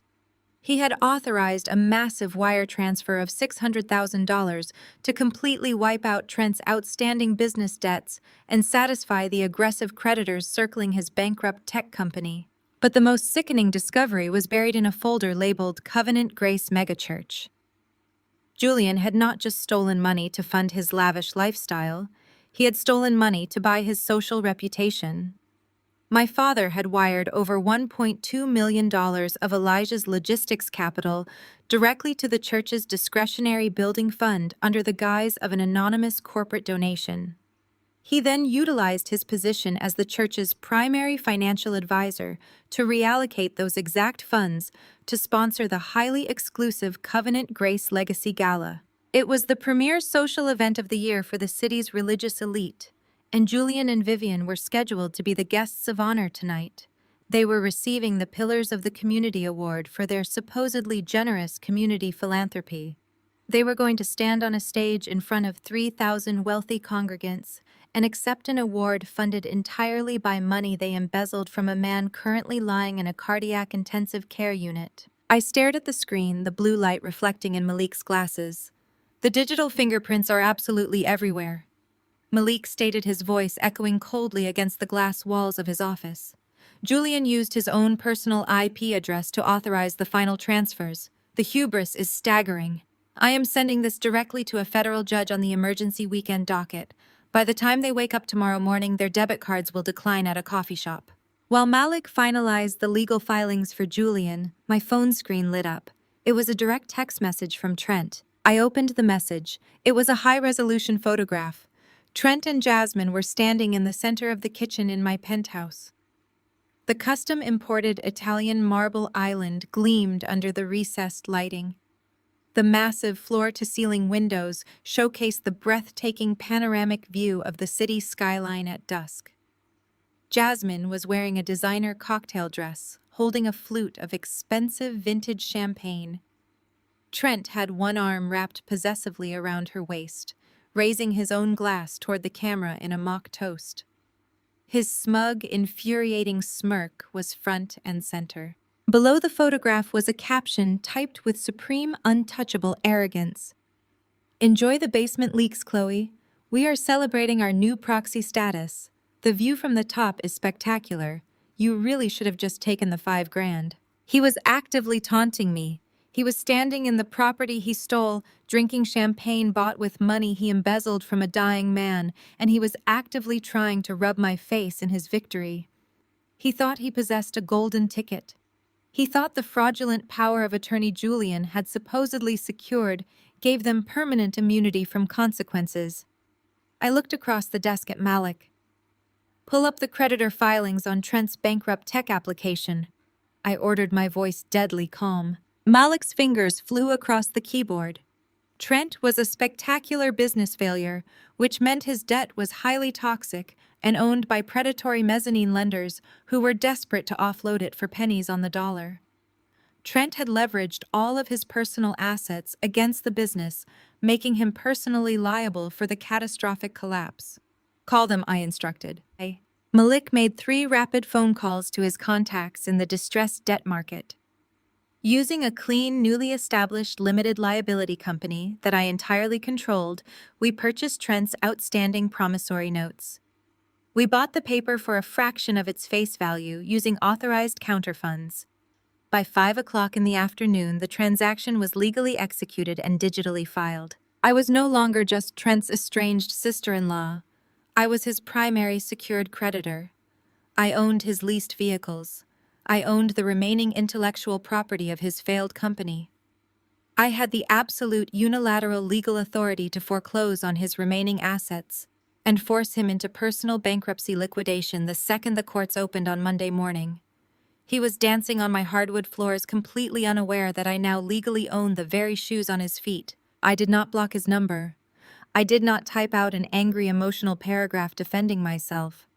I simply stared at the image of them celebrating their fake success, feeling the immense, crushing weight of the evidence sitting on the desk right in front of me. I tapped the reply box. "Enjoy the view, Trent. It expires tonight." I hit send, locked my phone, and stood up. The digital war was won, but the physical confrontation was just beginning. It was time to prepare for the Covenant Grace Legacy Gala. For 35 years, I had dressed to disappear. I wore charcoal gray suits, muted navy blouses, and beige trench coats. I wore the uniform of an invisible, compliant auditor who crunched numbers in the basement while the golden children soaked up the spotlight. I dressed to avoid Vivian's relentless, suffocating criticism. Tonight, the invisible daughter was dead. I left Malik's office and went straight to a high-end boutique in the fashion district. I did not buy a neutral suit. I purchased a custom floor-length emerald green silk gown. I had seen Vivian's live social media broadcast earlier. I knew she was wearing emerald green to project her fake, abundant prosperity. It was her signature color of wealth, the color she always claimed represented God's favor upon our family. Wearing the exact same shade was a calculated psychological strike. Vivian wore green to pretend she had money. I wore green because I literally controlled the accounts. The gown was sleek, architectural, and razor-sharp. It draped perfectly against my frame, featuring a high neckline and a daring, plunging back that commanded absolute attention. I paired it with sharp, minimalist diamond stud earrings, and my grandfather's vintage gold watch strapped tightly to my wrist. I applied a bold, dark crimson lipstick. When I looked in the dressing room mirror, I did not see a scapegoat. I saw a financial executioner. I was going to look like new money walking over their ashes. The hired black car pulled up to the Grand Atrium Plaza just before 8 o'clock. The venue was a fortress of opulent, tax-exempt wealth. Covenant Grace Megachurch did not believe in humble servitude. They believed in the gospel of extreme prosperity, and their annual gala was a masterclass in aggressive, unfiltered vanity. Valets in crisp white jackets rushed to open the doors of imported luxury sedans and stretch limousines. The red carpet spilled out onto the pristine concrete, illuminated by the relentless, blinding flashes of local society photographers. The black elite of the city had arrived in full force. There were local politicians seeking endorsements, real estate developers hunting for zoning favors, and wealthy congregants desperate to prove their proximity to Pastor Davis and his inner circle. And tonight, at the very top of that glittering social pyramid, sat Julian and Vivian Wilson. I stepped out of the black car into the crisp evening air. The silk of my emerald gown caught the bright flashes of the cameras. Several photographers immediately turned their lenses toward me, instinctively recognizing authority and power, even if they did not immediately recognize my face.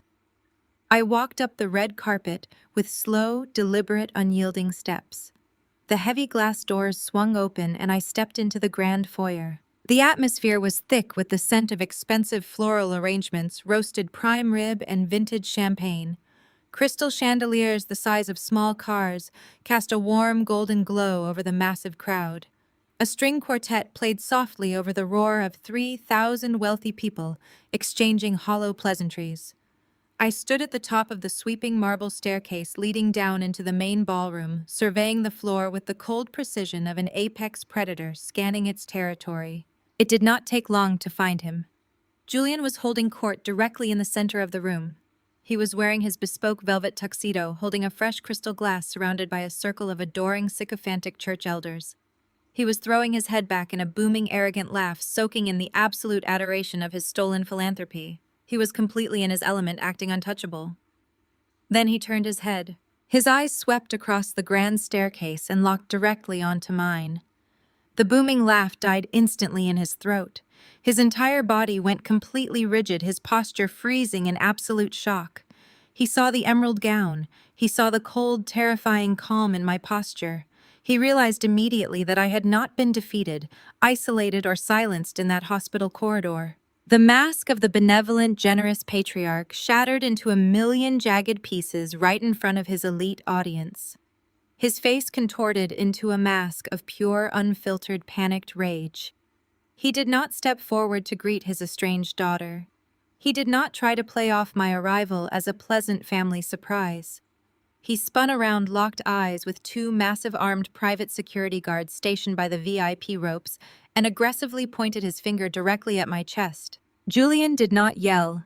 He did not cause a visible disruption that would draw the immediate attention of the 3,000 wealthy megachurch congregants milling about the opulent ballroom.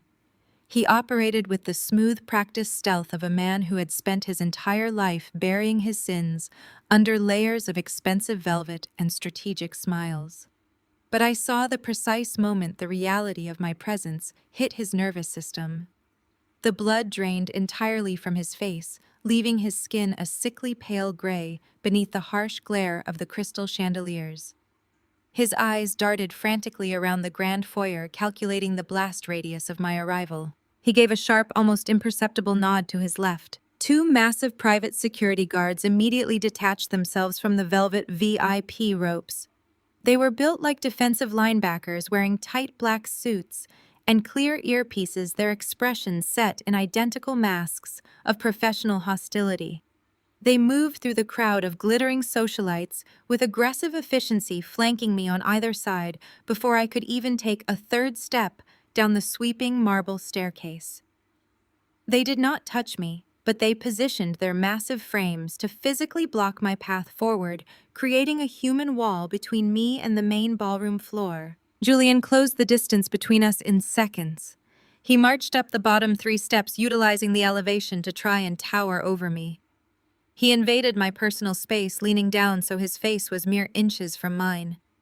He smelled of top-shelf Scotch expensive cologne and the sharp, undeniable stench of pure, unfiltered panic. "You have exactly 5 seconds to turn around and walk out of those doors," Chloe Julian whispered furiously.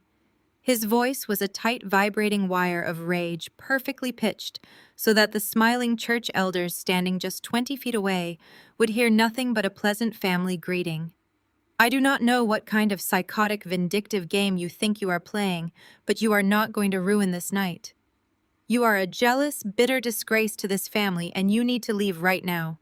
I did not take a step back. I anchored my stilettos into the plush carpeting of the grand staircase. The heavy emerald silk of my custom gown brushed against the polished marble balustrade. I looked directly into my father's panicked eyes, completely unaffected by his desperate attempt at physical intimidation. "I am not playing a game, Julian," I replied, my voice steady, cold and carrying the absolute authority of a woman who held his entire financial existence in her coat pocket. "And I am certainly not leaving. I am just here to enjoy the Legacy Gala. I hear the philanthropy awards this year are particularly expensive." Julian's jaw clenched so tightly I thought his teeth might crack. The muscle in his cheek twitched violently. He glanced nervously at the 2 security guards, silently urging them to intervene. "You are out of your mind!" Julian hissed, the polished, benevolent patriarch persona completely disintegrating. "You could not stand the fact that your sister got the penthouse. You could not stand the fact that we are being honored by Pastor Davis and the entire congregation for our generosity. You are so consumed by your own mediocrity that you came here to stage a pathetic tantrum. Escort her out, now." He snapped the command to the guards, his voice rising a fraction of a decibel. The guard on my right took a heavy step forward, raising a large, calloused hand to grasp my bare shoulder. I did not flinch. I turned my head slowly and fixed the security guard with a look of absolute terrifying calm. "If you touch me, you will be named as a co-defendant in a federal assault lawsuit before the appetizer course is served," I stated to the guard, my tone entirely conversational but laced with lethal intent. "I am a fully documented heir to the Wilson estate, and I am standing in a public foyer. I suggest you reconsider your current employment directives." The guard hesitated, his hand freezing in midair. He looked at Julian, clearly uncertain about physically manhandling a woman dressed in a gown that cost more than his annual salary, especially one speaking with such chilling legal precision. Before Julian could bark another order, Vivian arrived. My mother practically sprinted up the marble steps, her breath coming in short, furious gasps. She had spotted the confrontation from the ballroom floor and abandoned her circle of adoring churchwives to intervene. She was wearing her custom emerald green gown, her signature color of wealth and divine favor. But when her eyes landed on my dress, the exact same shade, but cut with a sharp modern ruthlessness that made her traditional gown look instantly dated, her face contorted with absolute fury. It was a calculated psychological strike, and it landed perfectly. She knew immediately that I was mocking her fake prosperity. "What is the meaning of this?" Vivian demanded, her voice shrill and entirely lacking its usual sweet melodic church cadence. She stepped up next to Julian, creating a united front of parental authority. "Chloe, you have lost your mind. How dare you show your face here after what you did to your grandfather today? You put that poor man in the intensive care unit, and now you have the audacity to track us down and harass us." I smiled. It was a slow, glacial expression that contained absolutely no warmth. "I did not put Elijah in the hospital."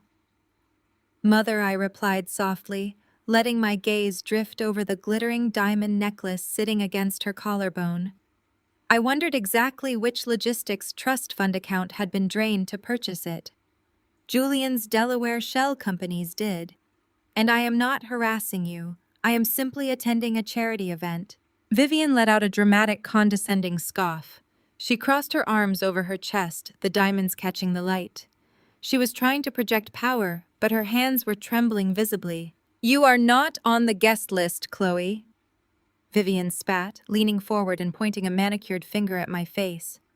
"This is a private ticketed event for the most elite members of the Covenant Grace congregation.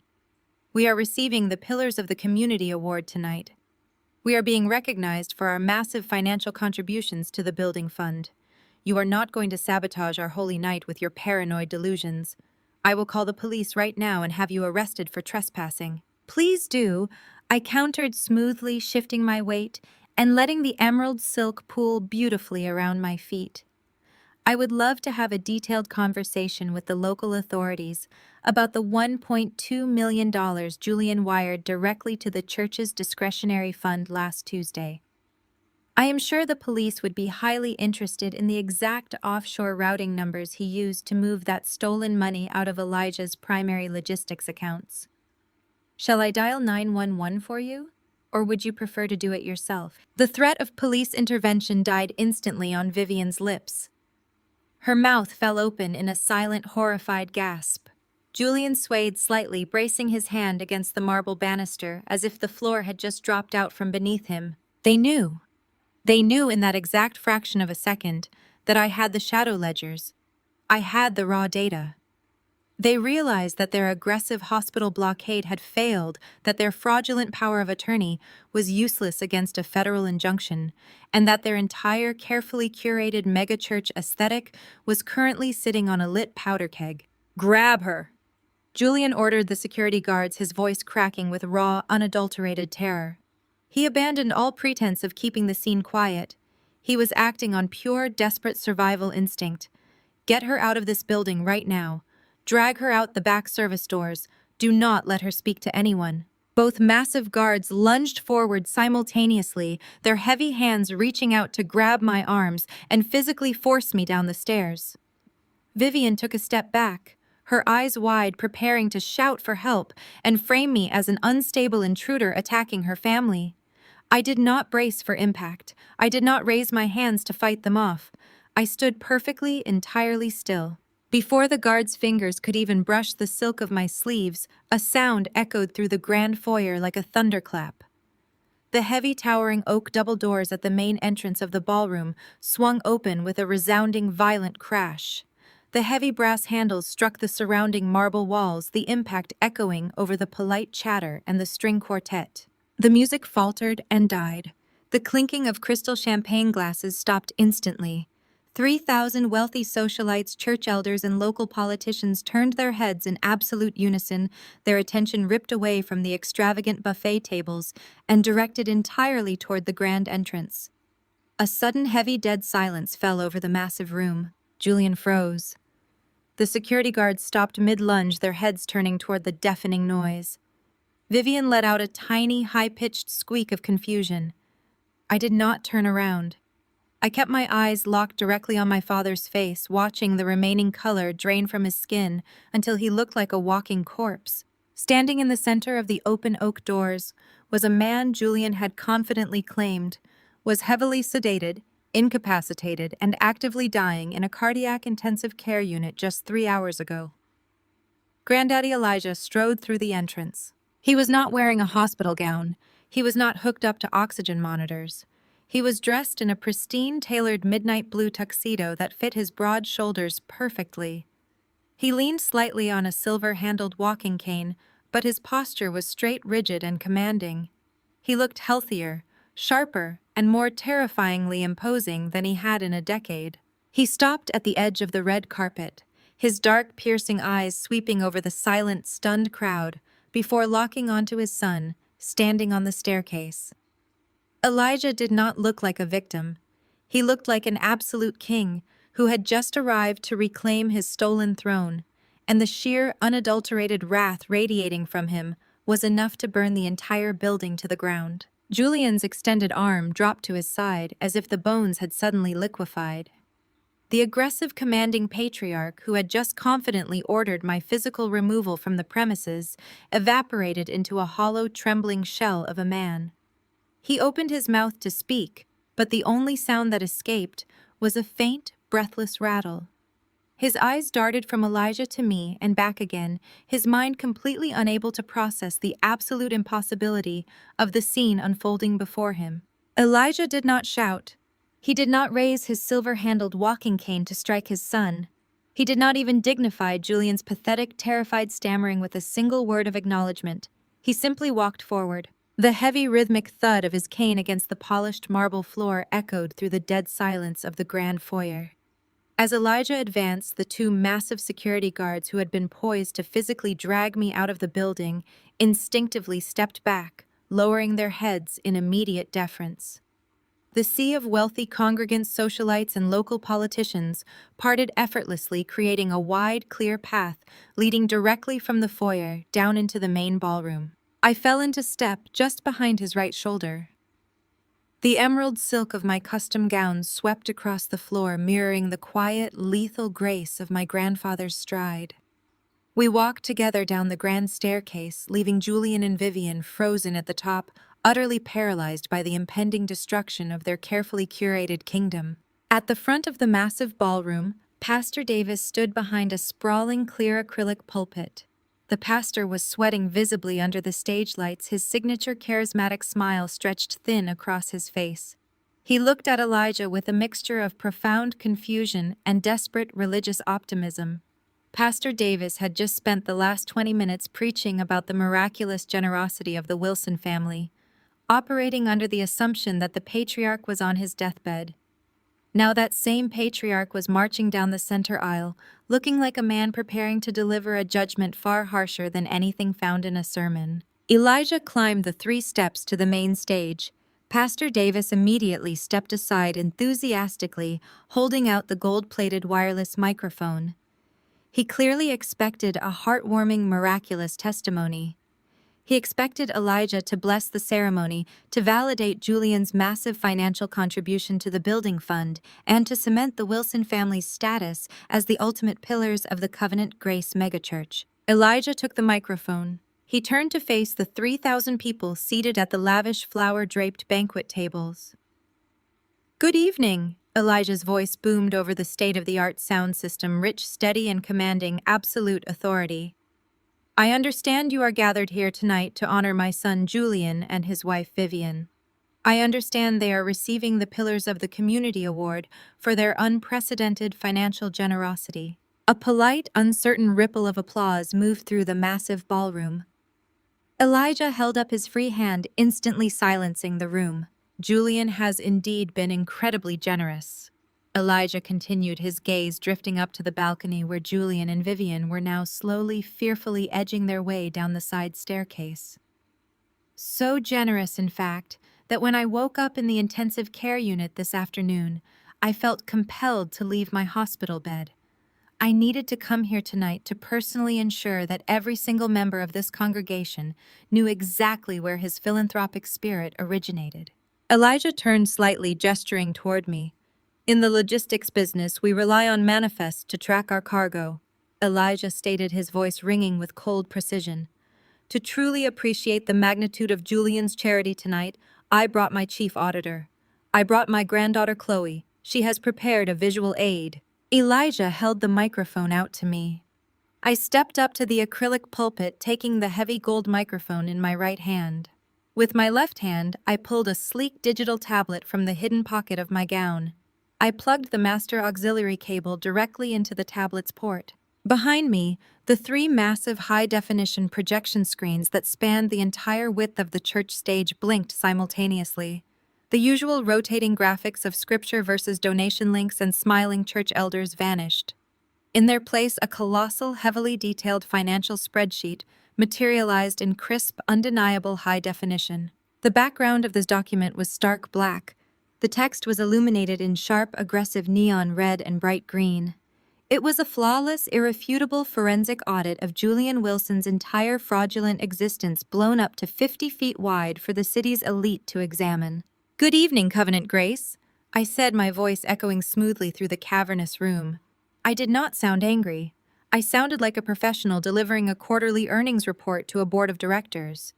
If you direct your attention to the screens behind me, you will see the exact origin of tonight's Legacy Gala. I tapped the screen of my tablet, a section of the massive spreadsheet highlighted in bright yellow. 3 days ago, the Covenant Grace Discretionary Building Fund received an anonymous corporate donation of $1.2 million. I narrated, pacing slowly across the stage, so every side of the room had a clear view of my face. Julian Wilson then utilized his position as your primary financial advisor to rapidly reallocate those exact funds to sponsor the catering, the floral arrangements, and the venue rental for the party you are currently enjoying. It was a brilliant display of community leadership. Unfortunately, it was also a federal crime. A collective sharp gasp rippled through the 3,000 attendees. Forks dropped onto china plates. Crystal glasses were lowered. I tapped the tablet again. The projection zoomed in on a specific column of routing numbers. This column details the unauthorized wire transfers Julian executed from the primary holding accounts of the Wilson Logistics Trust. I explained, my words cutting through the rising murmur of the crowd like a scalpel. He routed the stolen capital through 3 separate Delaware shell companies before depositing it into the church's account. He did not donate his wealth to this congregation. He embezzled it from his own father's retirement fund to buy this award. The murmuring escalated into a chaotic wave of shocked whispers.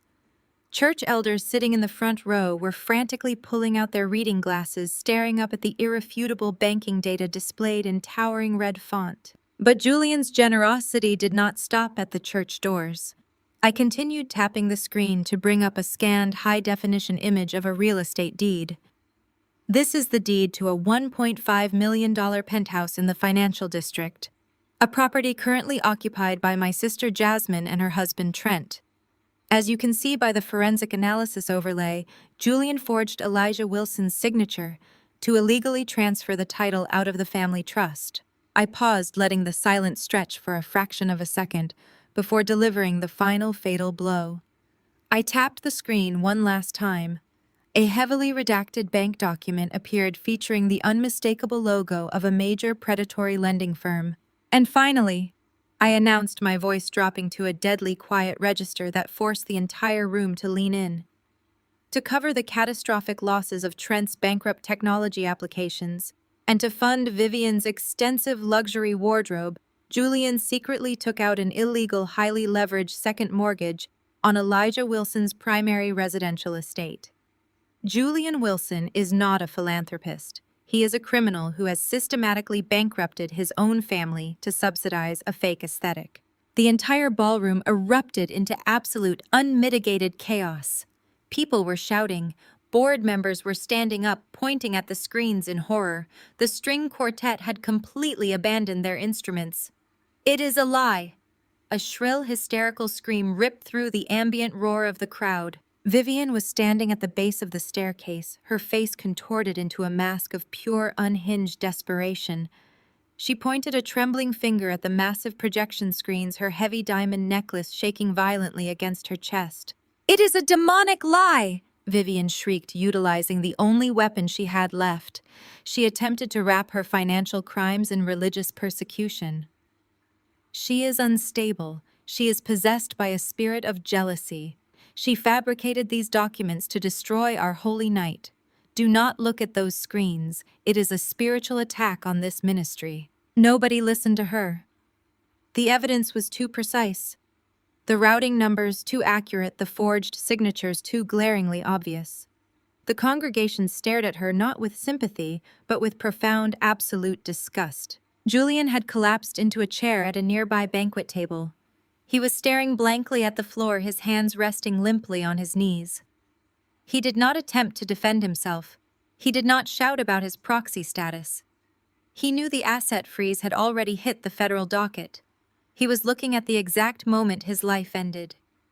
From my vantage point on the stage, I scanned the chaotic moving crowd. Trent was standing near the back of the ballroom. The arrogant, smug tech bro who had confidently texted me a photo of his stolen penthouse just 30 minutes ago was completely gone. He was pale, sweating profusely, and staring up at the screen displaying the predatory debt he owed. Trent was not a complex thinker, but he understood basic math. If Julian's accounts were frozen, the stolen money financing his lavish lifestyle was gone. The bank would repossess his leased vehicles.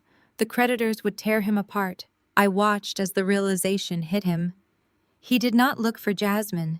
He did not try to find Julian or Vivian. He operated on pure cowardly self-preservation.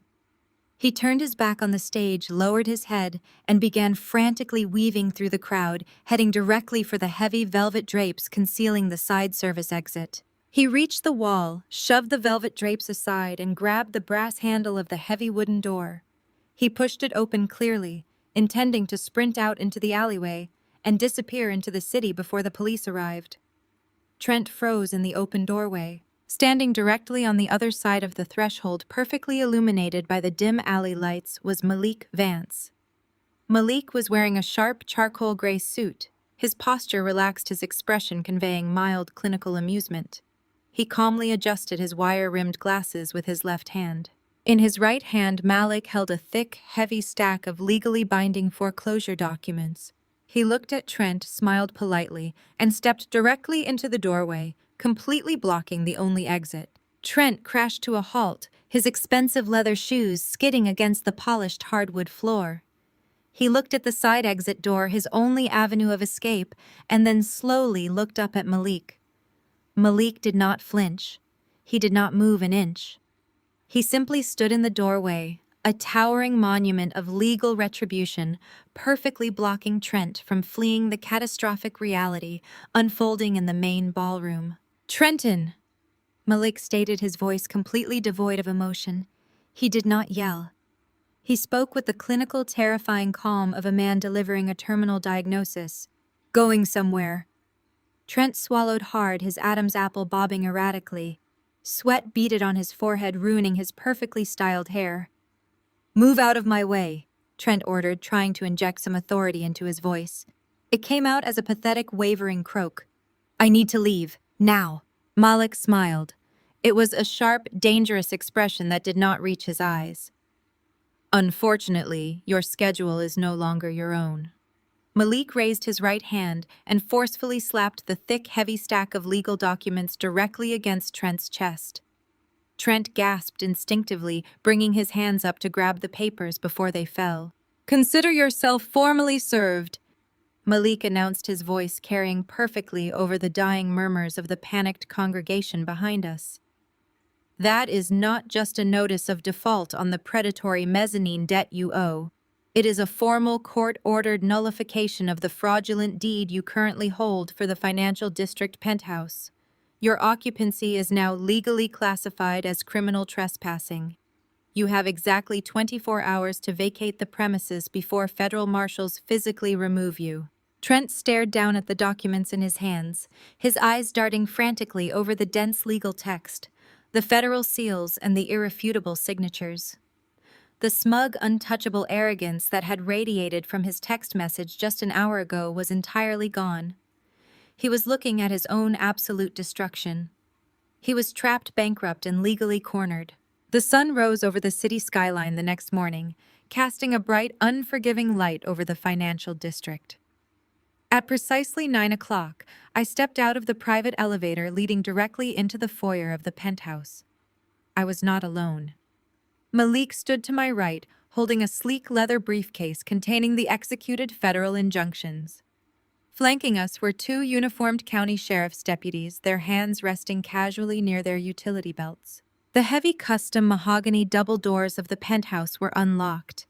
We pushed them open and stepped inside.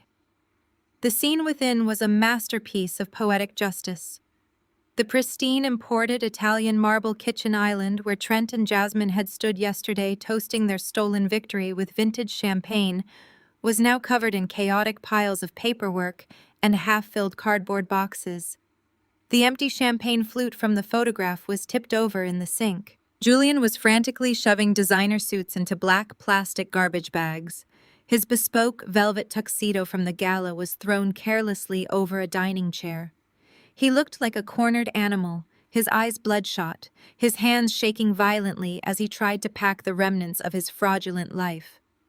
Vivian sat on a velvet sofa in the living room, weeping hysterically into her hands. Her flawless church lady aesthetic was completely ruined, her mascara running in dark streaks down her face. Jasmine stood near the floor-to-ceiling windows wearing disheveled sweatpants, staring blankly at the chaotic mess of packing tape and garbage bags. "Time is up," Malik announced, his voice echoing through the massive high-ceilinged room. "The 24-hour grace period for voluntary evacuation has expired. The property legally belongs to the Elijah Wilson Trust. You need to drop the bags and exit the premises immediately." Trent stormed out of the master bedroom corridor. He looked like he had not slept a single second. His face was flushed a dark, angry red, and the veins in his neck bulged against his skin. He saw the uniformed deputies and completely lost his mind. The immense pressure of losing his fake empire, combined with the sudden violent reality of his personal bankruptcy, shattered his charming, polished facade into a million jagged pieces. "Do something!" Trent roared, pointing a shaking finger directly at Julian. "You told me this was handled. You told me the proxy was bulletproof. You told me Elijah was incapacitated, and we had permanent immunity. Fix this right now." Julian stopped packing. He looked at his son-in-law with a mixture of terror and absolute exhaustion. "There is nothing I can do, Trent." Julian rasped, his voice hollow. "The accounts are frozen. The offshore funds are locked. The federal judge granted the emergency injunction. We have nothing left." Trent's face contorted into a mask of pure, unfiltered venom. He marched across the living room, completely ignoring the sheriff's deputies, and grabbed Julian by the collar of his expensive dress shirt. "You sloppy, incompetent fool!" Trent screamed, spit flying from his lips. "You routed stolen money through your own personal IP address. You forged a deed with a traceable digital signature. You ruined my life. The mezzanine lenders are going to liquidate my remaining LLCs by noon. They are going to repossess my cars. I have absolutely nothing because of your pathetic amateur mistakes." "Let go of him!" Jasmine shrieked, rushing forward to grab Trent's arm. "Trent, stop it! The police are right there!" Trent violently yanked his arm out of Jasmine's grasp, spinning around to face his wife. The look of pure disgust and absolute contempt in his eyes stopped Jasmine dead in her tracks. "Shut up!" Trent bellowed, his voice echoing violently off the glass walls. "Do not say a single word to me. I only tolerated your suffocating, arrogant family because of the trust fund. I only married you for the logistics capital. I did not marry a broke black girl just to end up living in the streets." The words hung in the air, heavy, toxic, and utterly devastating. Jasmine physically recoiled as if Trent had struck her across the face. Her mouth fell open in a silent, horrified gasp. The golden child, the beloved daughter who had spent her entire life believing she was vastly superior to me, who had actively participated in stealing my inheritance, suddenly realized the horrific truth. Her perfect marriage was a calculated financial transaction. Trent had never loved her. He had only loved the stolen money she provided. The second the money evaporated, his affection turned to visceral hatred. "You used me," Jasmine whispered, her voice cracking, her eyes filling with tears of profound betrayal. You never loved me. Grow up, Jasmine. Trent sneered, adjusting his jacket with shaking hands. Look around. The money is gone. The penthouse is gone. We are done. Trent did not look back. He grabbed a single leather duffel bag from the hallway floor, completely ignoring the deputies, and marched straight out the front doors toward the elevator. He left his wife standing in the middle of the foyer, utterly destroyed. Jasmine sank to her knees on the imported marble floor, burying her face in her hands, her shoulders shaking with loud, agonizing sobs as the illusion of her perfect life imploded instantly. Julian watched his golden daughter collapse, but he did not move to comfort her. He was entirely consumed by his own survival. He dropped the garbage bag full of suits and stared at the floor, the absolute reality of his defeat crushing the last remaining breath from his lungs. Vivian slowly stood up from the velvet sofa. She looked around the luxurious penthouse, taking in the panoramic views, the expensive furniture, and the deputies waiting to escort them out. She looked at Julian, completely broken, and then she looked at me. All of her towering pride, all of her suffocating arrogance, and all of her terrifying dictatorial authority vanished. She was no longer the untouchable matriarch of a mega-church empire. She was a woman facing immediate, absolute destitution. Vivian walked slowly across the living room toward me. Her hands were shaking. She stopped 3 feet away, unable to meet my eyes. "Chloe," Vivian whispered, her voice trembling with raw, pathetic desperation. She raised her hands in a gesture of surrender. "Chloe, please, you cannot just throw us out onto the street. The church board has suspended Julian. The bank froze our primary checking accounts. We have absolutely nowhere to go. Please." I stared at her, feeling absolutely nothing but a cold clinical satisfaction.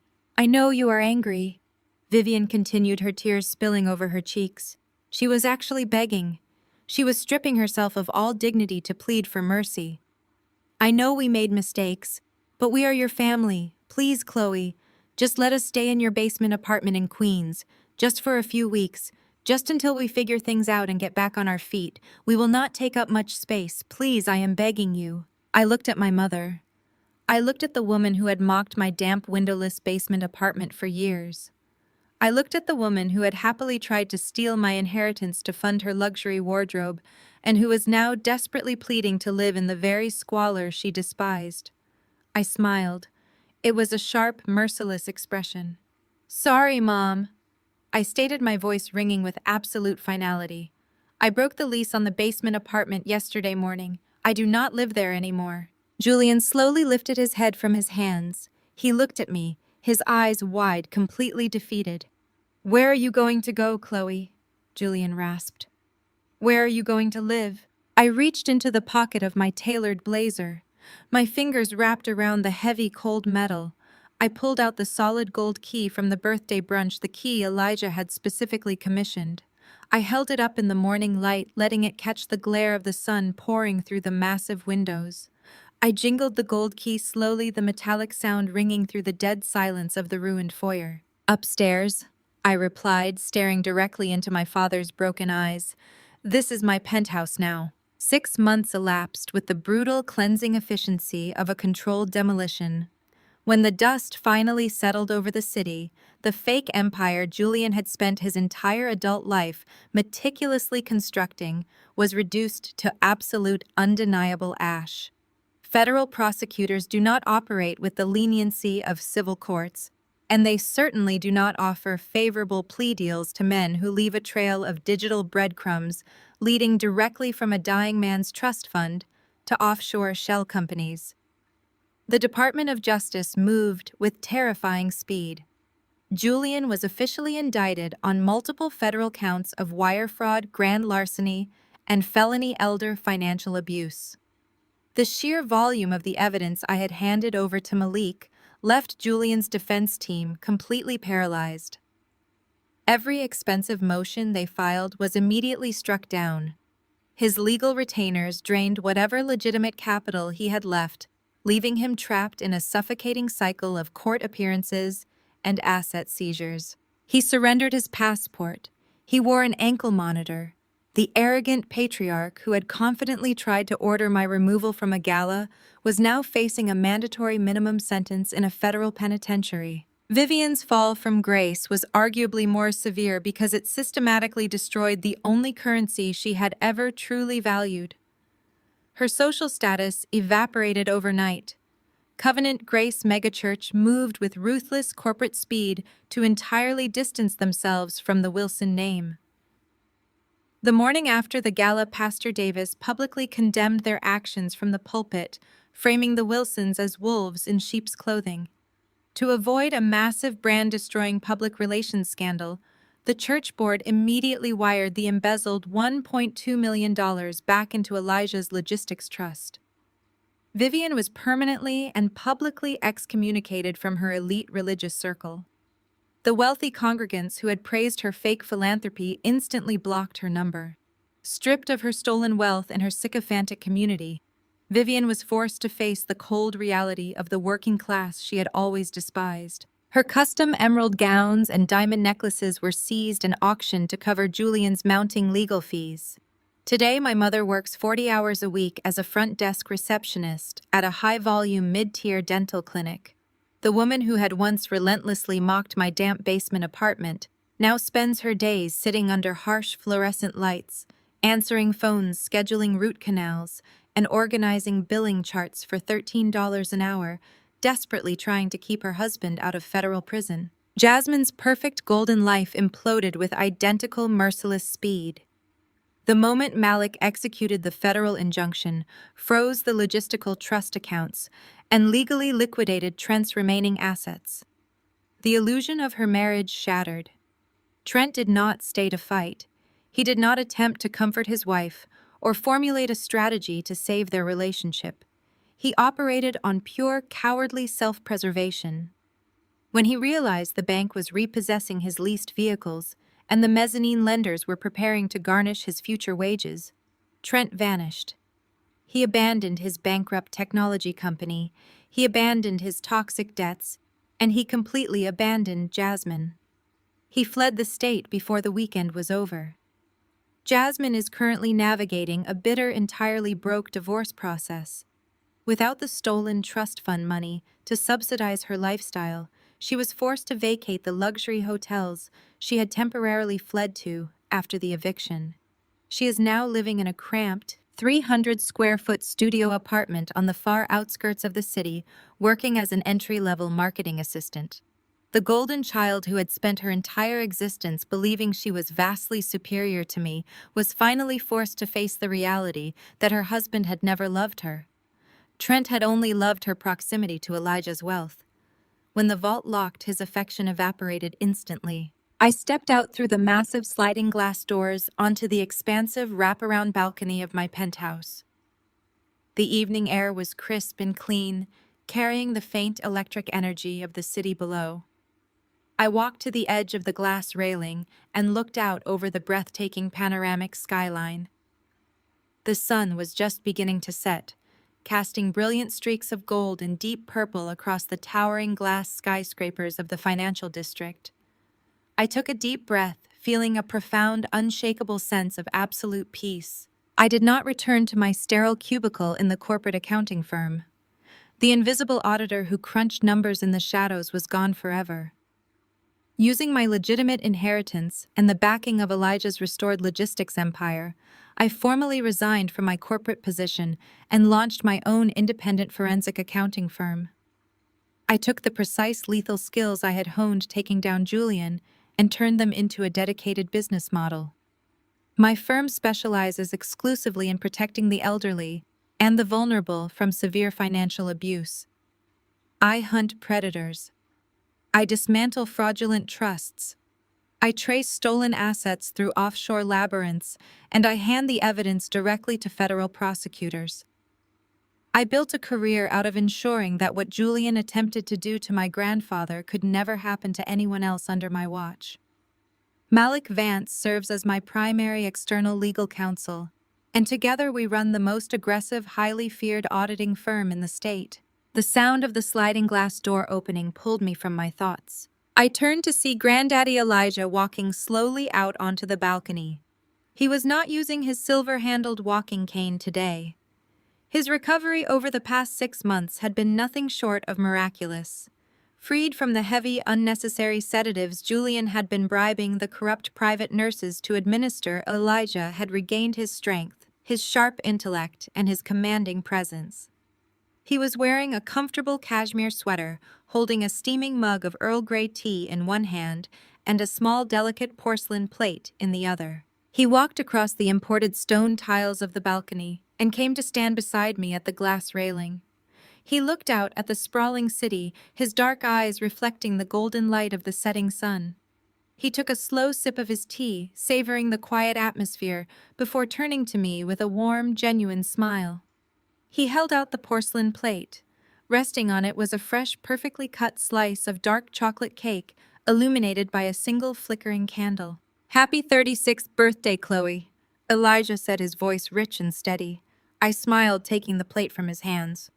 "Thank you, Granddaddy.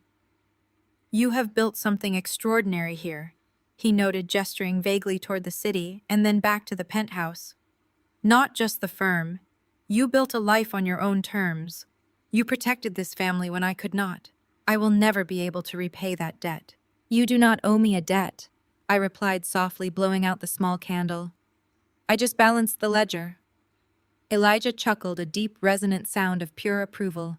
He patted my shoulder gently before turning back to admire the view. I stood beside him, looking out at the glittering grid of the city skyline as the streetlights began to flicker on far below. I took a bite of the rich chocolate cake, the sweetness grounding me in the present moment. I did not feel a single ounce of guilt. I did not miss the chaotic, toxic family that had spent 3 decades trying to bury me. I did not miss Vivian's suffocating criticism, Jasmine's arrogant entitlement, or Julian's fake benevolent dominance. They had constructed their entire reality on the assumption that I was weak, compliant, and easily erased. I simply smiled, taking another bite of the cake as the cool evening breeze swept across the balcony. They had spent my entire life trying to lock me in the basement, completely forgetting that I was the one holding the keys to the entire building. True power does not come from titles, manipulation, or stolen wealth. It comes from silent resilience, mastering your craft, and knowing your own worth when everyone else underestimates you. The ultimate revenge is not about destroying others. It is about building a life so extraordinary that their toxicity can no longer reach you. Sometimes the people who try to keep you locked in the dark completely forget that you are the one holding the keys. Have you ever been the family scapegoat only to rise above their expectations? Share your story in the comments and like and subscribe for more.